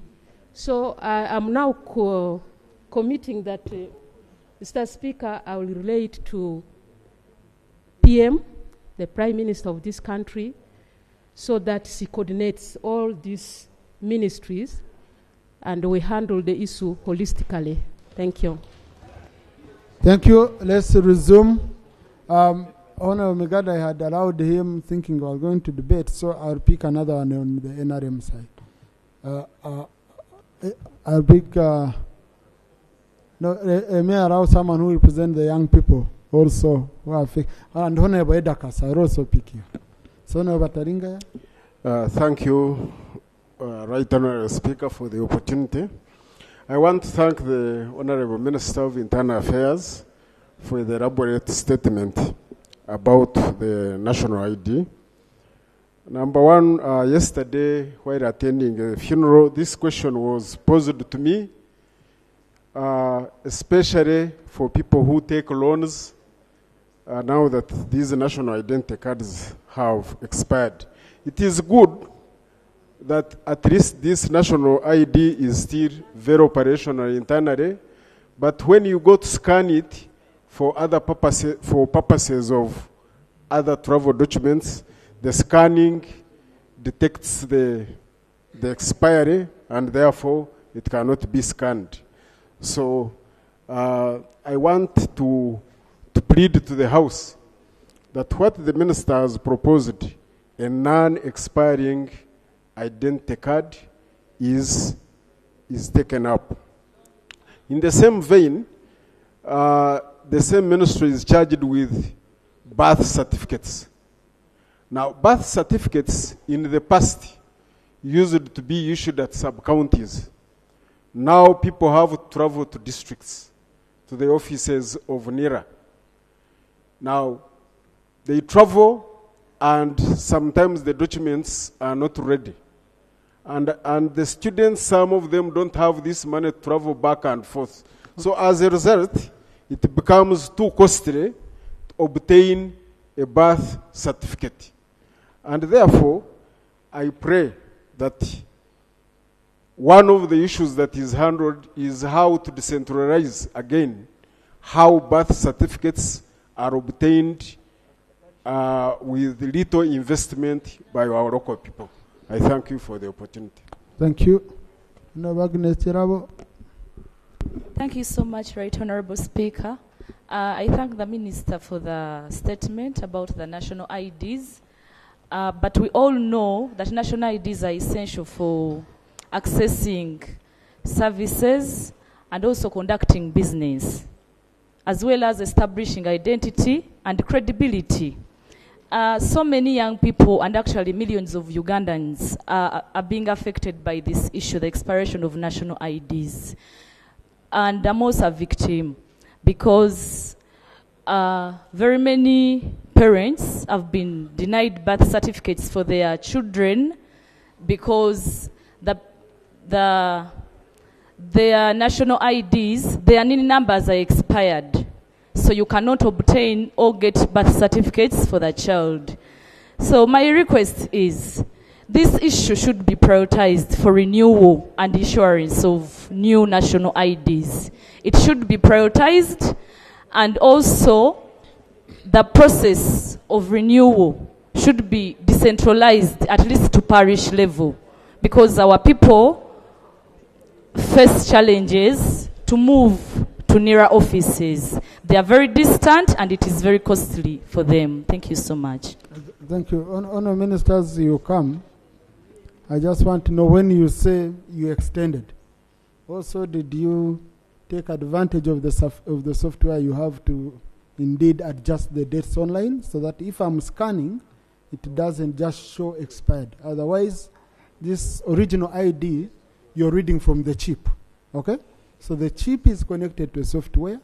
I just go, I adjust on the date to allow up to this period, Otherwise, I don't understand when people say that indeed, when they try to scan, it shows that it's expired. That's a software issue which should easily be handled. Haji? Thank you, Right Honourable Speaker, and we appreciate the statement of the Minister. Right Honourable Speaker, remember very well this Parliament appropriated money for purposes of NIRA carrying out a mass enrollment or renewal. In the statement of the Minister, it is lacking how far they have gone and when we are expecting that mass enrollment or mass renewal. Remember, it was first scheduled for July, and then it was extended for January, this January. As we talk now, there is no clear program, and as you are aware, EC and NIRA, they are working hand in hand. And that is one of the issues which has been complained by members. One kit of NIRA has been distributed per sub-county. So it is hard to handle the registration of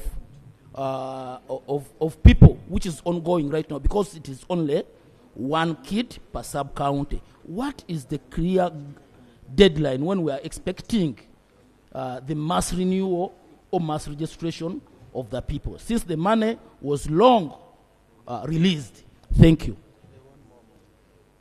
Honorable Roland. Thank you so much, Right Honourable Speaker. I would like to take this opportunity also to add my voice in thanking the Minister for his statement. Number one, as a Parliament, I think the people, we owe our people a duty to guide this country on so many matters. But what is important, Right Honourable Speaker, and the issue I would like to raise, is different government agencies' failure to work together to come up with solutions for our people. For example, Right Honourable Speaker, we have just had a census conducted by UBOS. Now we have registration being done by NIRA. Then the Electoral Commission is also updating the register, the voters register. If all those agencies could come together and we have the same information, because we are talking about the same people, same Ugandans, we wouldn't be having so many challenges. As raised by Honorable Basil, the registration of birth and death is, I don't know if it is being done, because if it was being done, then that information would be readily available. Right, Honourable Speaker, imagine an era where we are in analog and our people were registered in the books at the sub-county. Even today, an old person of 60 years can go to the sub-county and find there their details, the date of birth. If someone died, they would register them. Why wouldn't we do e-registration and then we have things online so that I don't have to come to Kampala or to move from Ruchiga to Kabale district to look for another office to put there my details. Finally, Right Honourable Speaker, the matter I want to raise is about the expiry, because the Minister says it is a long-term objective. Why don't we do it right now? Is what is lacking software to do that, so that we understand if during this budget process we can give you money to procure a software where all the people can be registered and then the data is captured so that it is seamless. Thank you so much, Honourable Speaker. Finally, I chose the people already, Honourable Alexander. Thank you. And I had allowed the President. Yeah. Thank you, Mr. Speaker. I'd like to thank the Minister for the statement. For us in Kaberemaido, Mr. Speaker, and I guess the whole country, the identity card has become the key for access to all government programs. And in Kaberemaido, our older people are the ones who are facing the greatest challenge. First of all, because of distance, they can't access the services even when they are available. But also, there's a lot of competition for just the service. Every time that machine is available for registration, the young people will take advantage, and the older people can't access. And some of them cannot even move. So if the machine could be availed and goes to the parish, or if during those days of registration, like now when we're going for mass registration, if we could avail like a day when these older people come, for instance, for their SAGE allowances, they would be able to be registered as older people. The same applies. Right now, I think Electoral Commission has done a great effort to try and map out both the disabled in every parish. But those disabled people cannot move to look for where the machines are. I think if there was an affirmative action from NIRA to make sure that those older people and the weak are targeted, because they can't access all the other services. And then the other is that I don't know what's wrong. Sometimes either by change of age or what, the biometrics seem to be affected. I have people who have a right identity card, but they cannot register a SIM card. When they are taking their fingerprints, they don't match what is there. And I don't know how to answer that. Thank you. In fact, that's the same issue Honorable Chiboga was raising here with me. Because he said especially women who are digging and all those people who are in the digging. No, washing clothes cannot do. Yes. That can't you have another method beyond thumbprint and what? Can't you have another method captured on the ID? Mr. No, please, I mentioned the members who are going to speak on this. Mr. Chairman, in Parliament, we don't deal with peculiar matters and. Right on, Speaker, I want to thank you. You banned peculiar gadgets around, so. And so I want to thank statements. the Minister for the statement. Right on, Speaker, 3 issues. Number one, on the issue of expiry, we are finding ourselves in this situation because of the Minister. Right on, Speaker, expiry dates are set by the Minister. In fact, Section 69 that you quoted is the one that gives you the mandate to set expiry dates. And I don't know your justification for setting 10 years. You did talk about wear and tear and the rest. NIRA by nature should be in position to provide continuous registration services without necessarily setting expiry dates. You are now finding ourselves in a very big dilemma, right, Honourable Speaker. Even the 1-year extension, and it was gazetted, there was a statutory instrument. Even the 1-year extension, there is a very big likelihood that the mass registration will not commence within that period. And what that means is that the Minister will again give another extension. So I want to propose, Minister, that instead of setting your deadlines at 10 years, you could consider extending or setting a deadline that will not be problematic in terms of implementation. Because this Parliament gave you that authority under the ROPA regulations that you are quoting. Secondly, right, Honourable Speaker, there is another challenge. You will come to mass registration and the like. A minister issued regulations making it an offense not to register under those regulations. But he didn't put into consideration the fact that sometimes failure to register is on their part. I want to request, right, Honourable Speaker, that this fine of 40,000 that you put in the regulations should be scrapped. Because, as we have seen even with the Electoral Commission, just with the NIRA, sometimes the difficulty comes from your part, your machines become faulty, in some places the human resource is not there. This burden should not be visited on the wananchi. So I want to propose, Minister, that under Regulation 23 of the ROPA, where you are putting a fine of 40,000 shillings, you still have the mandate that fine should be scrapped to give people opportunity to register, and as a matter of policy, registration should be a continuous process. I thank you, Right Honourable Speaker. Thank you, Honourable Minister. You had promised to, I remember it was last time when we were talking about recruitment of the officers to help in this exercise. Many of the people who applied are in the public just waiting. What's going on, Honourable Minister? And when are you registering Aryans? I'm told there is an issue of Aryans. Right Honourable Speaker, maybe could I run through Sure. the questions of members? Starting with the Honourable Bataringa, I think I concur with him. His idea is that we decentralize further than the district for ease of people getting birth certificates. But I want also to say that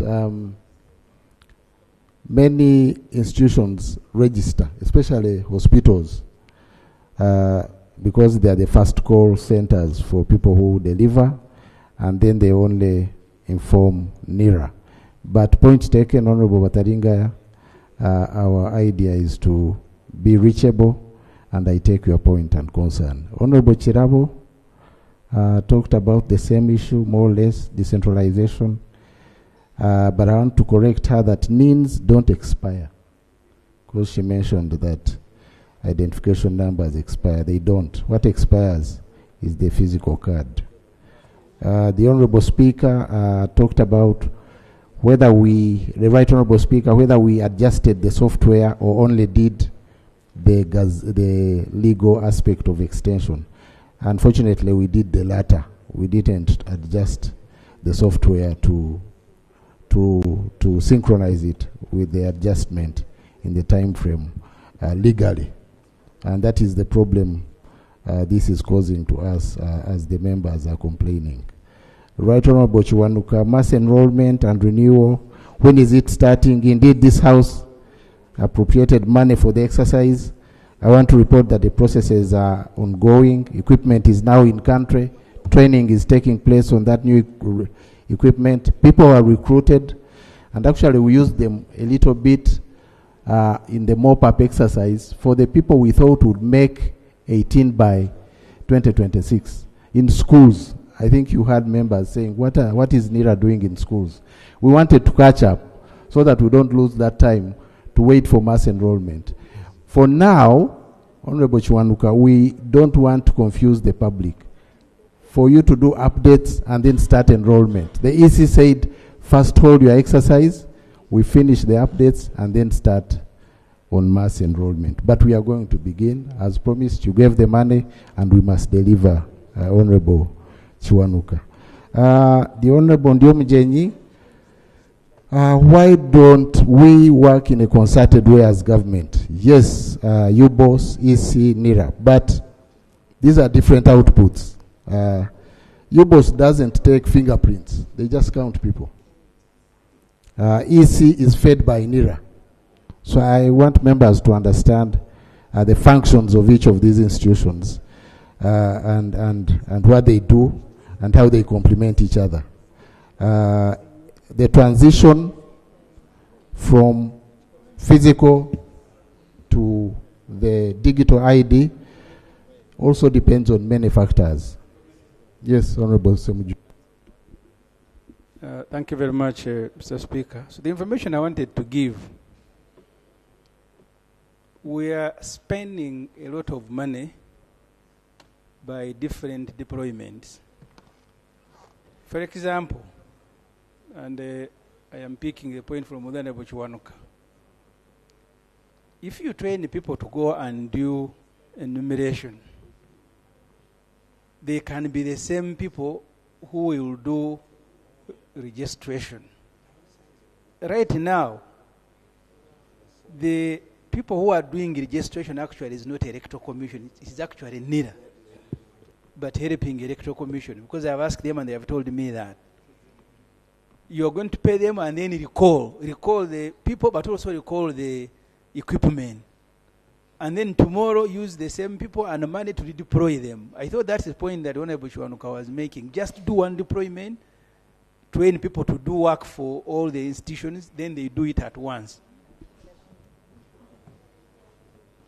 Thank you, Honorable Semuju. Some of the resources can be shared. I agree with you, like people. Actually, the people who are doing the update are NIRA who are resident in the districts, using the old kit, not the new one, because the new one needs training on them. So we thought it's wise to use the old kit, using NIRA people to help EC. And indeed, I think some of these costs can be rationalized and shared, like the Honorable Andiomjeni and Chiwanuka said, and later complemented by Honorable Semuju. Transition when? Why not now? Why not later? Now, of course, we are going to do, hopefully, what will be the last physical ID mass enrollment. Money is already spent. The processes are ongoing. So certainly we can't transition to the e-system. But also there are other factors. The country is mainly still, many people don't have smartphones. Internet access is limited. So all those factors, I think, need to be taken care of before we finally shift to the digital ID. But I hope and believe that this will be the last physical card renewal and enrollment exercise this country undertakes. Then Honorable Edakas talked about fingerprints. Fingerprints diminish. It's true. Most people, the rounded fellows who do manual labor are affected. But we are going to introduce new features in the ID which will take care of this, especially the iris. It will be taken, and that one will take care of this worry of only relying on fingerprints. The Honorable Asumani talked about this being our creation, the problem we are facing. Why not more than 10 years? 10 years is international practice, Honorable Asumani, and we don't want to be the deviant in the room, but also we think this will be the last time that this is happening. And I want to lay the fears of members. We shall start mass enrollment before the 1-year extension expires. The failure to register, that is an administrative issue which we can review. It's not cast in stone, and I think we can look at it and then take action. Thank you, Honourable Minister. Next item. Item 3.2, statement of the progress of prepayment meter yaka upgrade. Honourable Minister for Energy.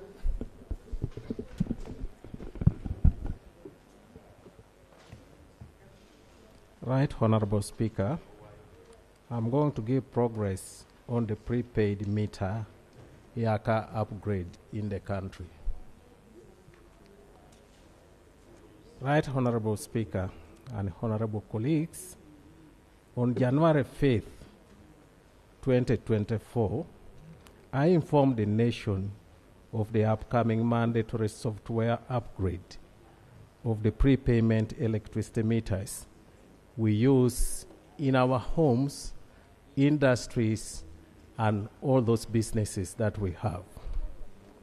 The notification issued at the media center followed a global announcement by the Global Standards Transfer Specification, STS, Association, that all STS prepayment meters will be affected by the token identifier rollout on 24th November 2024, and therefore would stop accepting new tokens on 24th November 2024 unless upgraded.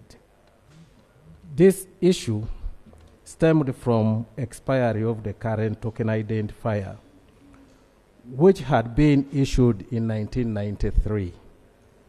Any meters that were not upgraded would reject tokens generated after the deadline, and therefore users would not be able to upload for tokens in their meters. Since then, the electricity distribution companies in Uganda, UMEME and UEDCL, have embarked on upgrading electricity meters using key change tokens on every meter to extend their vending life to 2045. I'm pleased to provide an update on the progress of this exercise. I'm happy to inform the House that electricity distribution companies have achieved a significant progress, as I will highlight. A, about 2.2 million customers have successfully upgraded their meters, representing 95.5% of the connected businesses or household for both Umeme and UEDC customers combined. However, there are some service providers that have attained 100%. Such companies are Kalangala Infrastructure Project and Wenereko, who are supplying West Nile. B, as of early January 2025, 108,758 Umeme customers and 17,122 UEDCL customers are not yet completed the upgrade of their meters. So that's where there is a problem. There are those who have not actually heeded to the advice. And the reason for non-compliance could be in one of these unique categories. One, unoccupied rental properties. Two, unoccupied homes upcountry. Three, homeowners currently abroad or in urban areas in towns. Four, customers bypassing meters to steal power. So those could be not actually benefiting from this. And other circumstances, such as deceased property owners, properties under sale, or legal dispute.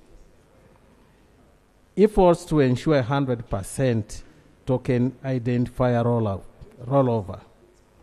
To assist customers in the upgrade, electricity distribution companies took the following steps.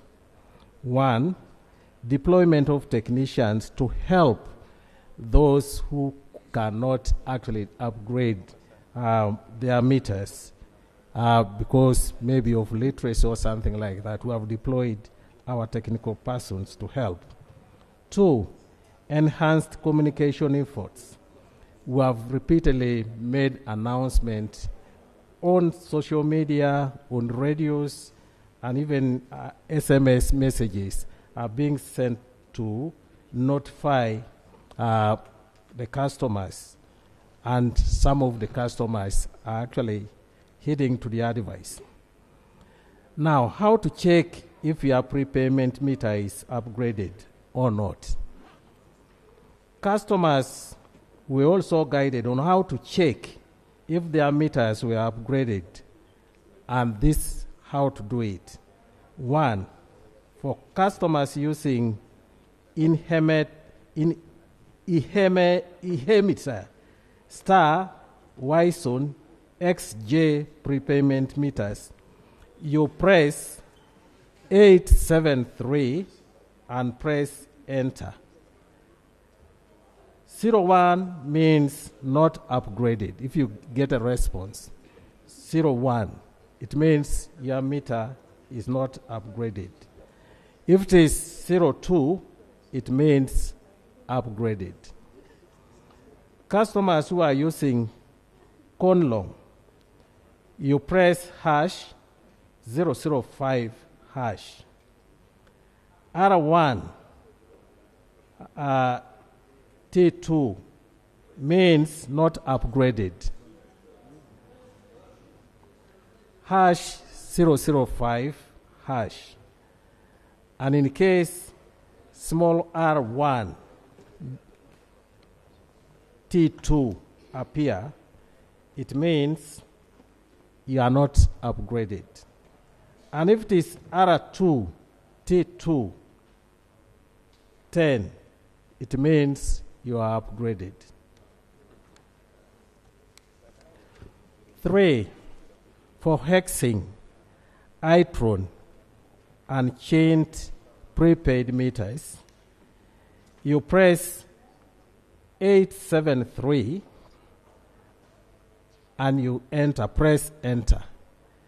01 means not upgraded, and 02 means you are upgraded.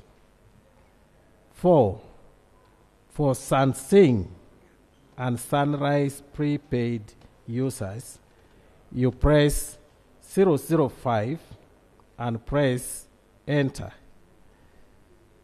01 means not upgraded. 02 means you are upgraded.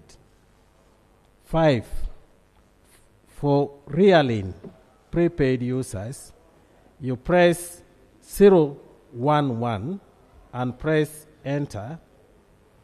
01 means not upgraded, and 02 means upgraded. 7, a sample of the adverts run by Electricity Authority, Regulatory Authority, complement the distribution company's effort in showing how you can access and test whether your meters are upgraded or they are not upgraded. These have been published in media, but you can also get to the website of ERA and you will get it, but it's in a picture form here, and this report is available. You can actually get guidance from that publication. Status of the newly acquired prepaid meters. They are those meters that were issued recently. It is also important to note that all meters installed beginning May 2024 are already compliant with the new prepayment vending system. UMEME and UEDCL issue guidelines to customers on how to check the status of these new meters. Installation of UMEME new billing systems. Right Honorable Speaker and Honorable Members, allow me to update you on the new billing system being installed by UMEME to enable us prepare for the additional 1 million new customers. You know that our target is to get 1 million customers on board. We are actually going to provide guidelines how to do it. My ministry, through Electricity Regulatory Authority, approved the investment towards the installation of a new national electricity distribution billing system for both prepaid and postpaid vending environment at a budget estimate of $4.281 million. The installation, commissioning, and testing of the new national electricity distribution billing system is complete, and we are now in the rollover period. The rollout had earlier caused some intermittencies in the subscriber timely issuance of tokens, and these ones are even happening now. Even yesterday, one of the honorable ministers actually asked what was happening, the Minister of Defense. And this has since been overcome, but we still occasionally, like the Minister of Defense, actually spent a weekend in darkness because the system did not comply. Since the new billing system is still under warranty, any identified anomalies and all losses are borne by INDRA through MINSAIT, it is implementing ARM as the service provider. So there is no losses. But Honourable Minister, I really want to understand. The statement you gave me is different from what you are reading. Because when you submit a statement in my office and we approve it, it's the one you should read. The moment you update it, include the new things, you should share with me so that I don't rook and guns here. The extra is not with you. Please, Honourable Minister. You read the content from Annex, you read it as part of the statement. I kept quiet. Maybe I thought you're reading. Now you have more details, which I don't. So that means you have withdrawn the statement you submitted to us, which we have on our system, and you came with a new one. I'm very sorry, Right Honorable Speaker. I actually insisted on bringing out, especially the new installed No, you're system. reading. You're reading, I'm Honorable actually reading Minister. No, I saw you. You're reading. The statements are conclude. Just let's conclude. If you have a new statement, yes, I will need it so that we can capture it on the answer very well and on record. Okay. Yes, Commissioner. Thank you, Right Honourable Speaker. When you look at the statement that is uploaded, it is partially uploaded. So actually what the Minister is reading is half uploaded, half not. So we don't have most of the parts. So is it procedure right for the statement to continue? Because we cannot follow. Honourable Minister, the statement you have is signed by who?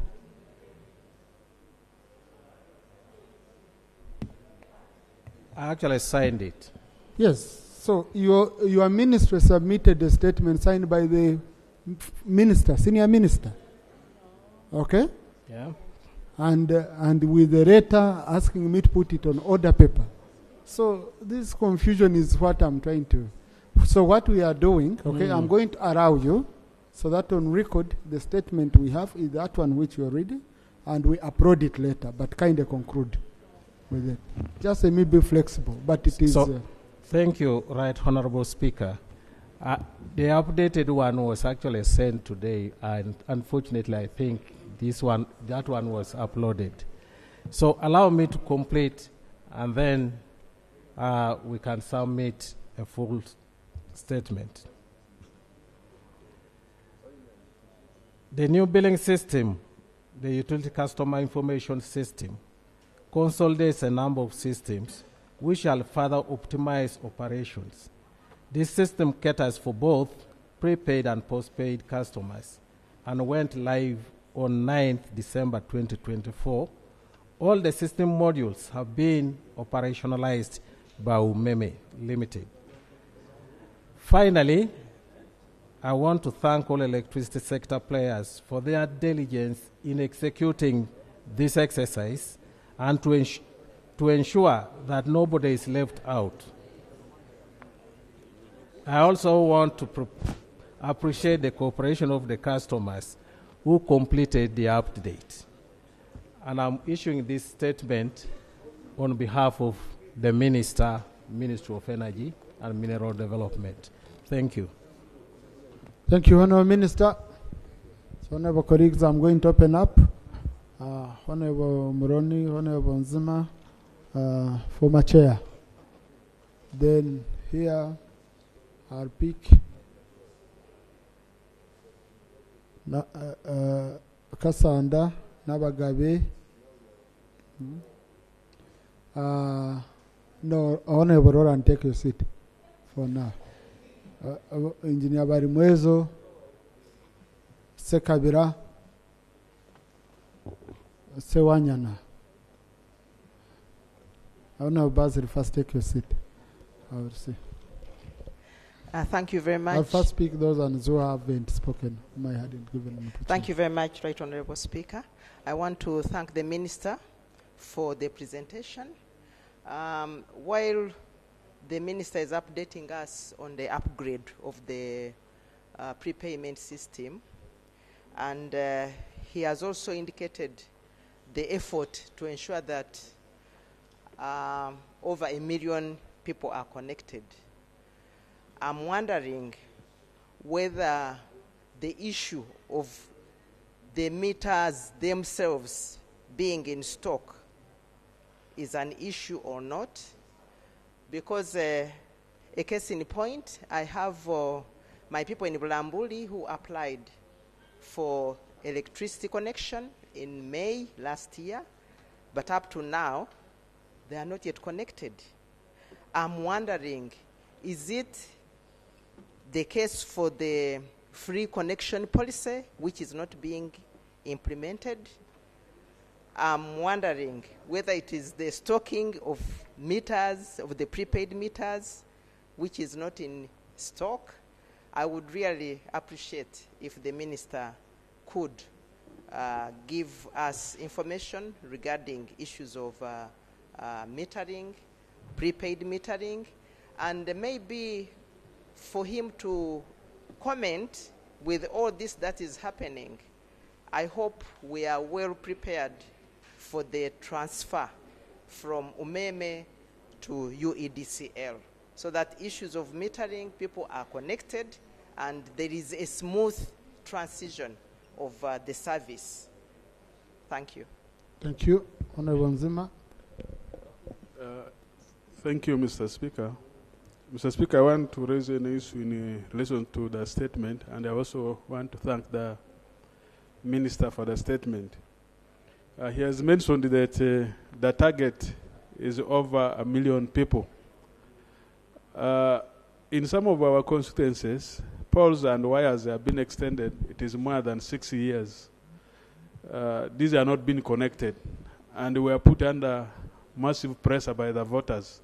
If you tell them that government has extended power to them, they will tell you they have not seen the power you are talking about, because they only see the poles. So I wanted to inquire, the over 1 million people who will be connected he is talking about, does it include those areas where people are not being connected? Because these wires are just there. It doesn't make any sense to people. When they are there, they are not connected. Thank you, Mr. Speaker. Honorable Tara. Thank you, Mr. Speaker. Mr. Speaker and honorable colleagues, I would like to begin by thanking the Minister for his statement. But I have two clarifications that I'm seeking from the Minister. One regarding the free connection, which has been going on. Mr. Speaker, I've received a number of complaints from my area. Those who applied for the free connection and they have not been connected yet. Right now, whenever they go to Umeme, they are turned down. And the reason for this is that Umeme is soon exiting. So I'm wondering whether Umeme will continue to execute its duties until the last day when it leaves the scene, or it has already handed over to UEDCL. Because whenever people go to Umeme, they are told, you will follow up your issue with the UEDCL. Mr. Speaker, my next issue is, now that the Minister is talking about upgrade, while I was chair, I came to learn that the previous connections of Umeme was not done properly according to the technical people in the electricity sector, and that Umeme was actually, through their connection, they were fleecing Ugandans of a lot of money. And this is one of the issues that I left pending for the incoming leadership to investigate and come up with a report on whether, indeed, Umeme did a connection that was fleecing Ugandans. Honorable, you gave assignments on behalf of Parliament as you are leaving. Right, Honorable Speaker. Please go on. That was my handover report to my successor. No, well done. Yes, yes, thank good. you. Thank you. That was my pending issue that the new leadership needed to investigate and find out whether it is true that the way Umeme connected the earthing wire was done in such a way that it was fleecing Ugandans of a lot of money, so that before they leave the scene, they actually make good and pay the Ugandans all that amount of money that they have fleeced. But I did not hear the Minister talk about that connection vis-a-vis the new connection. If it is Umeme still again connecting the new meters, then which means Ugandans will continue to suffer through that same irregular connection. So I needed the Minister to clarify whether he has taken the trouble to investigate whether there was an irregularity in the way the earthing wire was connected, such that it reflected as if you had consumed more units than you actually did. I thank you. Thank you, Honorable Nabagabe. Thank you very much, Right Honorable Speaker, and Happy New Year, everyone. I have two questions, two pertinent issues. The very first one that I want to pose to the Minister is of the upgrade.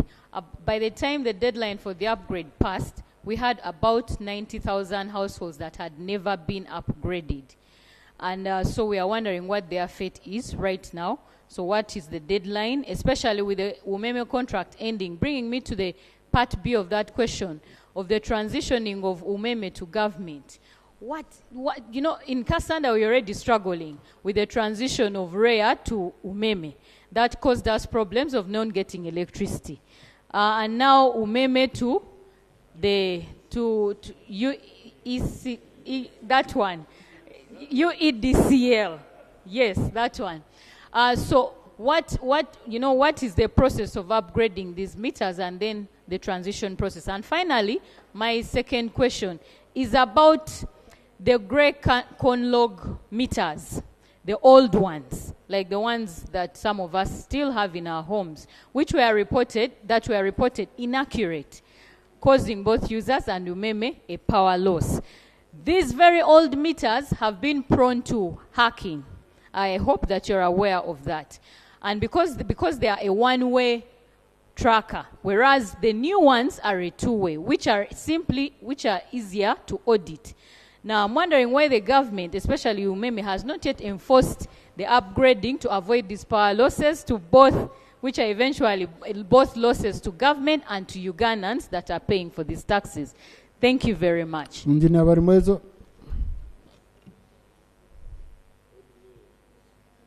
Thank you, Right Honorable Speaker. One of my questions has been asked by the Honorable Irene Muloni about the stock, the availability of the meters. My other question is on, there are quite a number of complaints from our people that there is high cost of the upgrade. High cost of the upgrade. Then they also complain of the limited awareness, and robbers have taken advantage of this, particularly during the upgrade. Robbers take advantage because of the limited awareness. So how are you going to handle that? Honorable Sakabira. Thank you very much, Right Honorable Speaker. I have two questions. One, I have noted with concern that the prices of the units for Yaka vary from time to time, depending on when you are loading. I would also want the Minister to clarify on that issue, because at the beginning of the month, the price is different. In the middle and at the end of the month. That is number one. Number two, now that the opportunity has presented itself, Right Honorable Speaker, I asked this question here almost a year ago. The question was about the distribution of power following the law that we passed and the launch by the Minister in your constituency on the distribution of power. Right Honorable Speaker, in Katikam North County, which is only 40 miles away from Kampala, we have so many parts or so many villages that are not yet connected on the national grid. I would also want the Minister to explain that issue, because we need power to better our lives. Thank you very much. Honorable Koruo, Honorable Sewanyana. Thank you very much, Right Honorable Speaker. My question to the Minister is that is it because of this upgrade why there are blackouts almost everywhere? My people of Toroma are complaining. They have total blackouts. Maybe it's because of this upgrade. Then too, it is similar to what my brother has asked. The officials from the ministry came to Katakwi district and we mapped all the areas which had no power. But up to now, nothing has been done to take power to those places. Thank you. Thank you, Honorable Right Honorable Speaker. Honorable Minister, just to be clear about what Honorable Sekabira hinted on is about your service fee at every start of the month. I see, Right Honorable Speaker, some cheating here, and now people have been complaining about it for some time. That someone pays for units, and then you tell him or her that there is service fee. So which type of service are they paying for?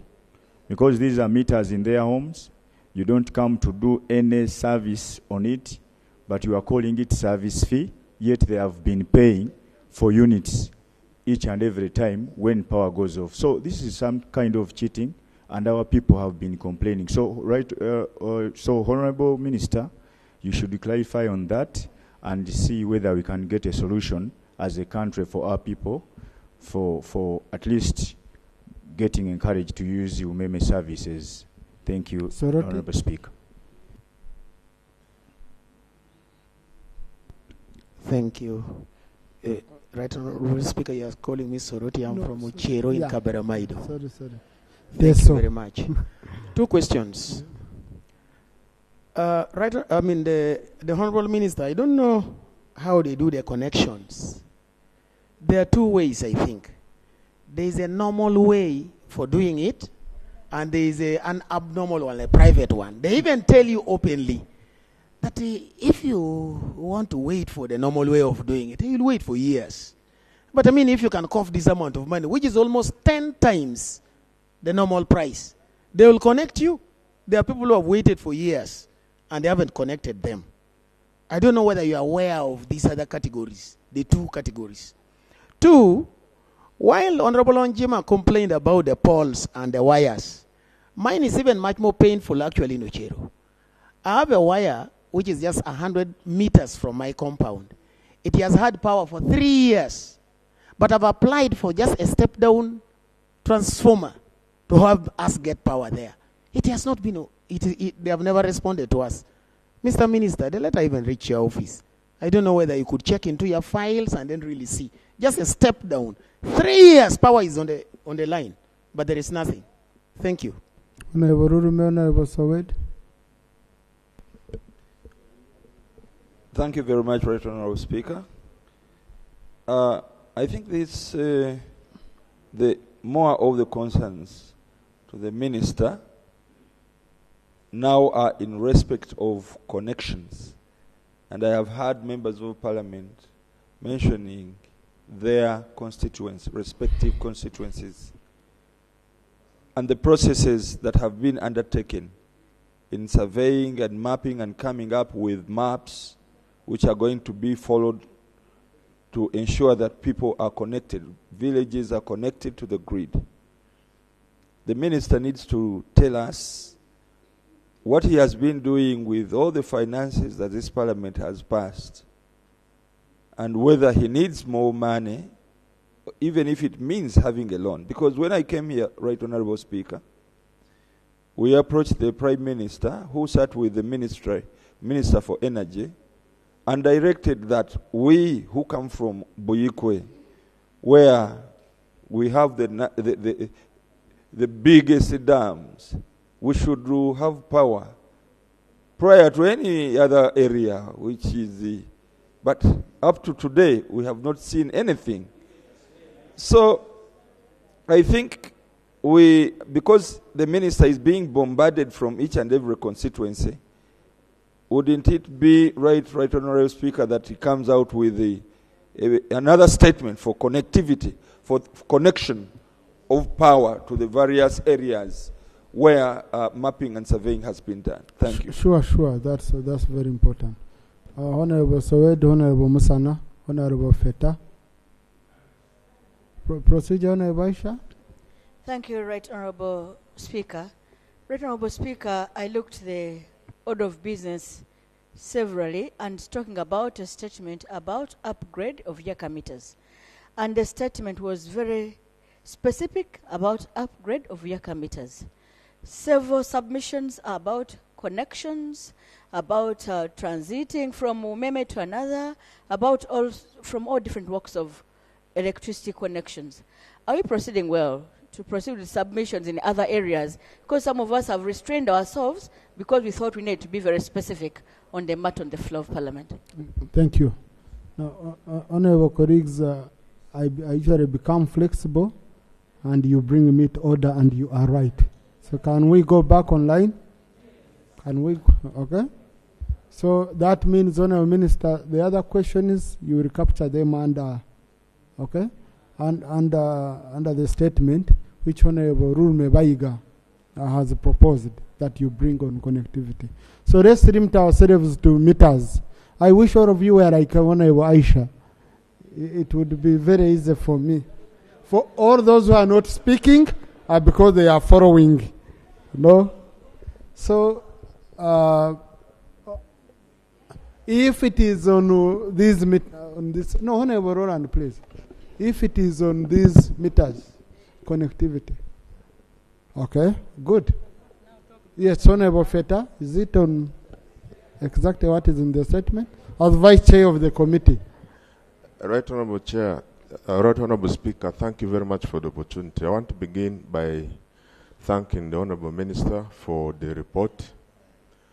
I largely have one issue concerning the awareness question, because there are communities that do not have access to this information the Minister is giving us, and the ERA has not done adequate sensitization amongst our people. So the consumers are largely ignorant of this report the Minister is giving us. So I would like the Minister to convince us how this information has been spread wide and to the last electricity user. Right Honorable Speaker, I wish to appeal to members, if you can permit me, because members have moved to the issue of connectivity, the issue of scale up, but we have a challenge of counterpart funding. But Honorable, you're diverting now. We have said we only stop at this. I made an appeal, but you were taken up. No, I didn't allow the appeal. Okay, thank you. Thank you, Right Honorable. Thank you. So, Chair, when the Chair is handling at committee level, he should be able to address all those issues. Kind of colleagues to come here, you need my permission. Come on this table. You don't just walk here. Yeah. So, yes, Honorable Timozago. Thank you, Mr. Speaker. I guided you that you need to struggle. You struggle, you make for me a sign, and then I can wink at you, but don't make political signs, eh? Don't make political signs. You make a sign, then you can find your way here through another sign that calls you. Okay? Thank you, Mr. Speaker. Honorable Minister, we are so happy that you are upgrading meters as a ministry. But there is something you have ignored. When we put in our meter numbers as we buy, as we pay for your car, as we buy units, then we have to wait for a token number which is too long. Then we have to use the token number to get power. Yet at the beginning, we use our meter numbers, which UMEME recognizes. UMEME recognizes the money, but later we have to use the token numbers. Why didn't you consider also upgrading the system to the extent of removing that long token number? Thank you so much, Honorable Minister. Honorable Chon. Thank you very much, Honorable Speaker, and my few concern, Honorable Minister. I would like to know, is there different when you load this meter daytime? They say that night when you load, you get more units. And then daytime, you get less. Secondly, also, they said if you pay in advance like 50,000 shilling, you get less unit, but you pay installment 10,000 shilling, you get more units. Why do they discriminate? Thank you. Thank you, Right Honorable Speaker. Today I received around 5 emails in regard to meme meters that are not mine. It's issue method system to system offline mode. And I've received 5 emails differently as from domestic taxes department. I don't know how this has come. I suppose it is due to the upgrade. They're asking 9,000, 8,000, 19. I have 5 of them, various like that. I don't have all those meters, but I needed to understand how this comes. I suppose, Right Honorable, that it should be from, because we have never got such a thing. Thank you. Yes, Honorable Bigger, you had an issue. Yeah, thank you so much, Right Honorable Speaker. Right Honorable Speaker, on this floor, we have reason to talk about Obongi severally. Now, if you restrict to speak about meters, Obongi doesn't have a single poll. What should Obongi talk about? No, we're asking the minister to respond to Obongi. No, Honorable, we are discussing a statement under Rule 52 of our Rules of Procedure. Honorable Musana Eric. Thank you so much, Mr. Speaker. Mr. Speaker, allow me to submit on specifically on connectivity. In my constituency, there are several members who paid for meters. Now, UEDCL as a service provider has not delivered. They paid in the bank, and UDCL manager says they do not have meters. And Honourable Minister, what could be the problem? Even after payments, and the meters are not there, what could be the problem? Thank you. And yet power is there, and people are not connected to it. Thank you. Probably the other. No, Honorable, we are talking about meters, upgrade of meters. Upgrade of meters. Beyond that, please. Honorable Roran. Thank you so much, Right Honorable Speaker. Right Honorable Speaker, when we try to pay, when customers try to pay using mobile money, and it is related to what Honorable Sewanyana was saying, there's a lot of money charged. When I'm paying 100,000, I am charged around 6,000 shillings. Is that money for the ministry or for UMEME? Is it for the telecom service provider? Where does that money go? Secondly, is that money taxed by URA? Because it's a lot of money when you consider the number of customers that are being served. That's a lot of money. Second, Right Honorable Speaker, I think the issue of connectivity cannot be ignored at this time. Honorable Nyakato, Asinasi, your issue has covered. Is it about upgrade of meters? Thank you very much, Right Honorable Speaker. Right Honorable Speaker, we can't avoid talking about connectivity. Honorable Sowed. This is acrobat. Colleagues, number one, you know I control the microphone here. So if you can't control yourself, I will control you. If you come and you say we can't avoid doing this, then I help you. Thank you, Mr. Speaker, for this opportunity. Mr. Speaker, it is a little bit tricky. Like in my area, Bugendera, where I do not have poles, I still have stranded projects by. Honorable Minister. Honorable Nachmwero. Thank you, Right Honorable Speaker. Right Honorable Speaker, those who cannot recharge their meters now get contacts from UMEME. They have UMEME staff who are the ones doing it. So they send you a token number, but at a cost. And this is encouraging corruption because others even hide. After sending the money, somebody hides and does not send the token. So in the meantime, as we upgrade, how should these households, who should be approached for accessing power as they upgrade their meters? Otherwise, that direct linkage with UMEME staff is a corruption tendency. Yes. Thank you, Right Honorable Speaker. Just connected to what Honorable Kiboga has said, in the process of upgrading, I have had many cases where someone pays for your car, and then the token doesn't come. Then you call several times, then they tell you, okay, what you do, you pay again. When the other one comes, you load. But it never comes. That token never comes. So you pay twice for you to get another token for you to be able to load. Is that part of the arrangement? Thank you, Honourable Minister. And please only respond to matters to do with your upgrade of meters. The rest, you will cover them in your statement, which you'll bring here.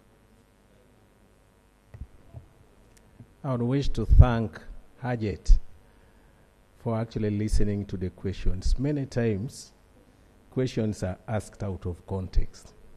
And thank you, Right Honourable Speaker. I was talking about Umeme update of Honourable meters. Minister, the moment a speaker allows any member to speak, Yes. it's not out of context. I want you to have that on record. As long as you have a permission of the speaker, it's not out of context. So I request you withdraw that. I withdraw. I'm most Yes. obliged. Then Speaker. now me as a speaker, as a custodian of rules, I'll be ensuring that indeed we follow, okay? We follow what is in the statement. Thank you, Right Honourable Speaker. Many questions are actually new questions, and were not in line with what I was presenting. And I will not answer those ones, but I will submit papers. Those meters which are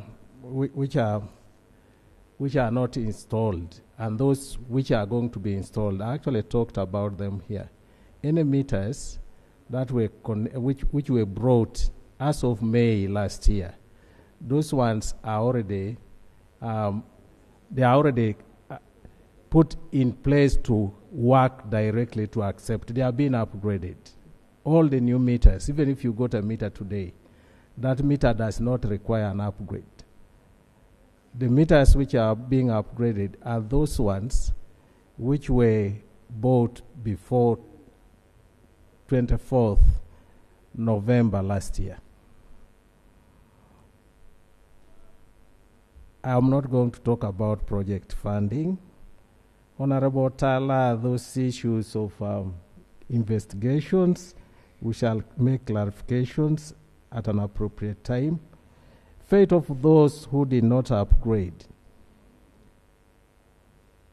The upgrading is continuous. And I highlighted the most likely households or businesses that were not upgraded. Either the owners are deceased, many of them may have been ignorant of it, and this now comes to the question of the awareness which is not adequate. We have continued even sending SMSs. And I'm also using this opportunity. That's why I went through how you can check whether your meter is graded or not. I'm actually using the MPs to help me to reach those ones who cannot, maybe they don't have even the means to reach us. But we continue using the various media to actually tell the population, check your meter, and this is how you will know that you are either upgraded or not. And if you are not, we guide you how to get upgraded. It is an online process. And many of our users may not be able to go into their phones to get the upgrade. That's why I also said our technical people, in case there is such a person, and if we get to know about it, we actually send our technical people to help those who have not been upgraded. So the exercise is continuous. Varying cost of, no, that one I will answer later. Honorable Koluo, that's extension of electricity. We can talk those ones later at an appropriate time. Expensive private. This one, I take note of it with a lot of concern. You know, previously, before we came to free connections, there were so many efforts that we had put in place to reduce the cost of connections. There was where I came here and I said, you pay 200,000 instead of paying the 720,000. Then another one, there was one which was saying pay 400 instead of. Now, I need to come out clear on this. The private sector, like Umeme, preferred actually to use the previous approaches. And they actually would try to get money from the population. But we have been creating awareness about it, educating the population. There is now a government program of free connections. Free connections is there and is actually being implemented.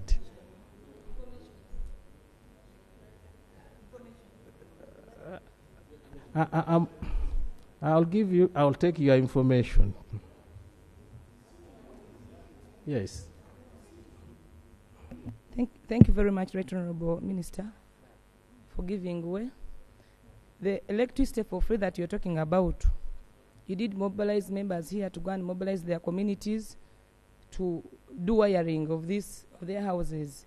But just 2 weeks after you pronounced, they said the program is no more. Up to now, if you ask most of these members, me personally in Hoima City, that project is not there. They say they don't have poles, they don't have wires, they don't have meters. So, Right Honorable Minister, you need to give more clarification on that project. I submit, Right Honorable Speaker.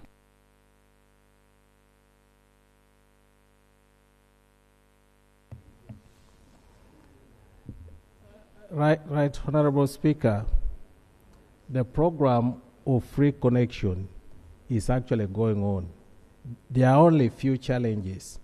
For Umeme, it's coming to the end of this concession. They had committed to government that they can absorb up to 300,000 meters. But considering where they are now, they have actually said, no, we are not able to. So the program is still going on. Whatever happens, it will continue.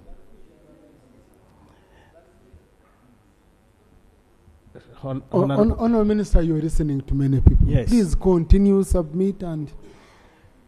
So, I've actually answered the issues of the meters. We shall continue upgrading the meters. We are going to continue creating awareness, and we are committed to have everybody. No, not connected. Those with meters who are not connected, we are committed to get them, to get the meters upgraded. It is a continuous process. It has not ended. We only said by that time, the numbers which I've given, but when the customers come to houses which are not connected, which are not upgraded, we shall upgrade them. When the system for upgrading, the approach has not changed. It is still the same. Thank you. Next item. Item 4 on the other paper, laying of papers 1, the annual report of the Auditor General for the audit year ended 31st December 2024. Honorable Commissioner.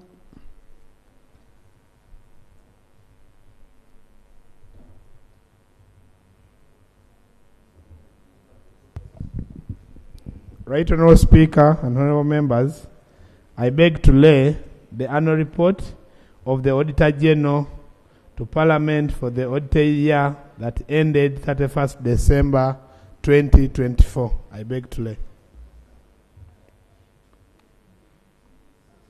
Thank you. Yeah, the report is referred to the committees. Item 4.2. Please, Crack. I haven't referred to the report. Okay?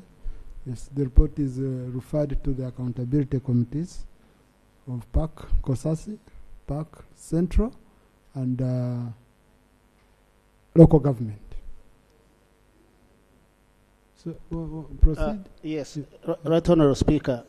The audit report is for 30th June 2024, not 31st December, as said by the Commissioner. So that one needs to be clear. Yes. Are you looking at the performance report?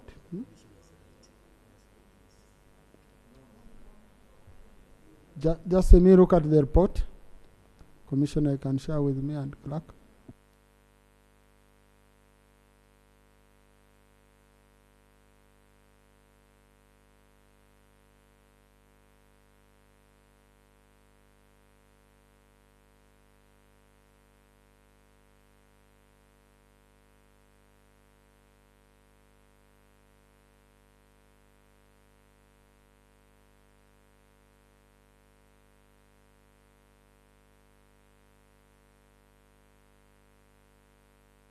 Okay.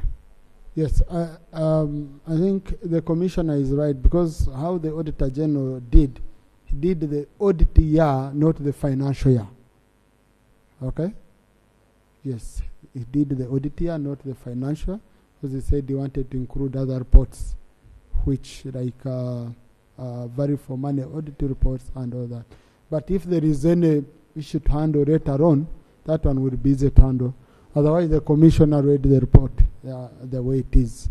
It's for the audit year. Yes. Item 4.2, the performance report of those of the Auditor General, December 2024. Yeah, maybe I just needed to re-emphasize what Honorable Saropend had raised here. Okay? Article 163, clause 5, gives us a strict timeline of 6 months.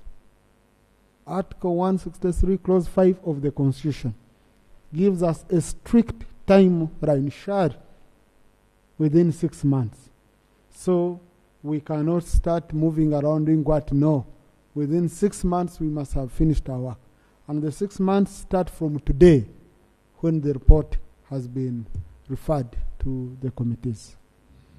So the committees can even start tomorrow processing if they are ready. I now allow them to start because we have finished the BFP at sectional committee level. But I think what we will do, clerk, arrange a meeting with the chairpersons of accountability committees. We can meet on Thursday, and Government Chief Whip and Lop, you attend. We agree on a modus operandi on how we can maximize the little time that we do have. Honorable Song, we wanted to say something on that? Mr. Speaker, I was a member of the Park Committee for some 10 years actually. But it's about the clerk of the committee and the chair to program for members. Where we have such heavy work, we use even to work on Monday up to the afternoon.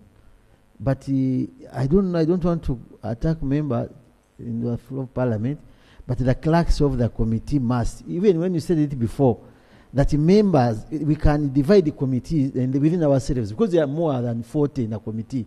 You get a section of the report and you handle it.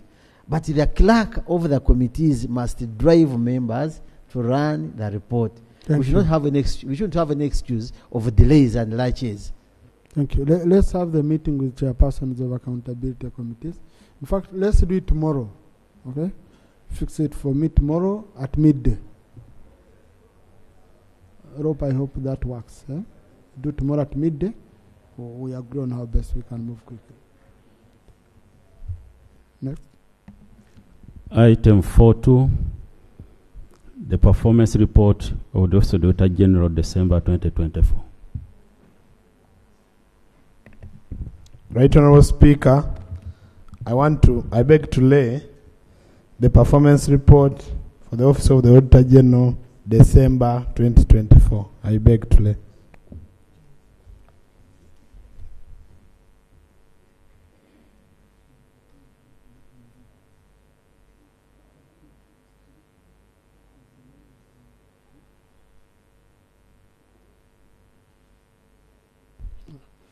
So there has been a practice of this report being referred at finance.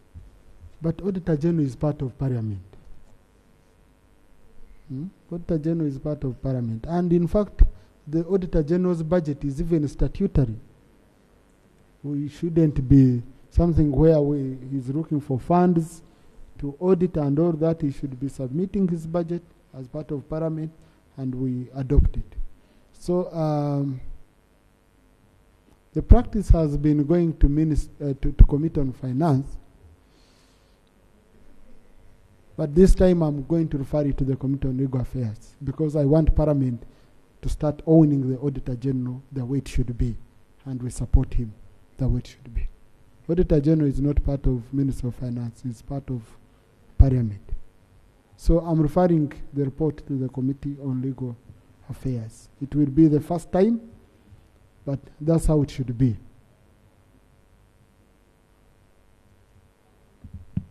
Yeah. Item 4.3, report of the Committee on Health on the oversight visit to assess the status of abattoir and slaughter facilities in Uganda. Chair, any member from the committee? Okay. Next. Item 4.5, report on tax expenditure for the period July to December 2024. Honorable Attorney General, on behalf of Minister of Finance. Right Honorable Speaker, on behalf of the Minister of Finance, I have a short letter. Permit me to read it. It's headed Tax Expenditure Report for the period of July to December 2024, financial year 2024-2025. Right Honorable Speaker, Article 152, Clause 2 of the Constitution requires the Minister of Finance periodically report to Parliament on the exercise of powers conferred upon him by the law to waive or to vary tax imposed by law. Also, Section 77, subsection 1 of the Public Finance Management Act 2015 requires a person or an authority granted power to exempt the payment or to vary any tax under the Act of Parliament to report on the matter to Parliament in each financial year. Right Honourable Speaker, the purpose of this letter is to report to Parliament that for the period of July 2024 to December 2024, financial year 2024-2025, the Minister of Finance has not exercised these powers granted to him under Section 43 of the Tax Procedure Code, Amendment Act, Chapter 343, to waive any or vary tax. I beg to submit. Thank you. House adjourned to tomorrow at 2 p.m.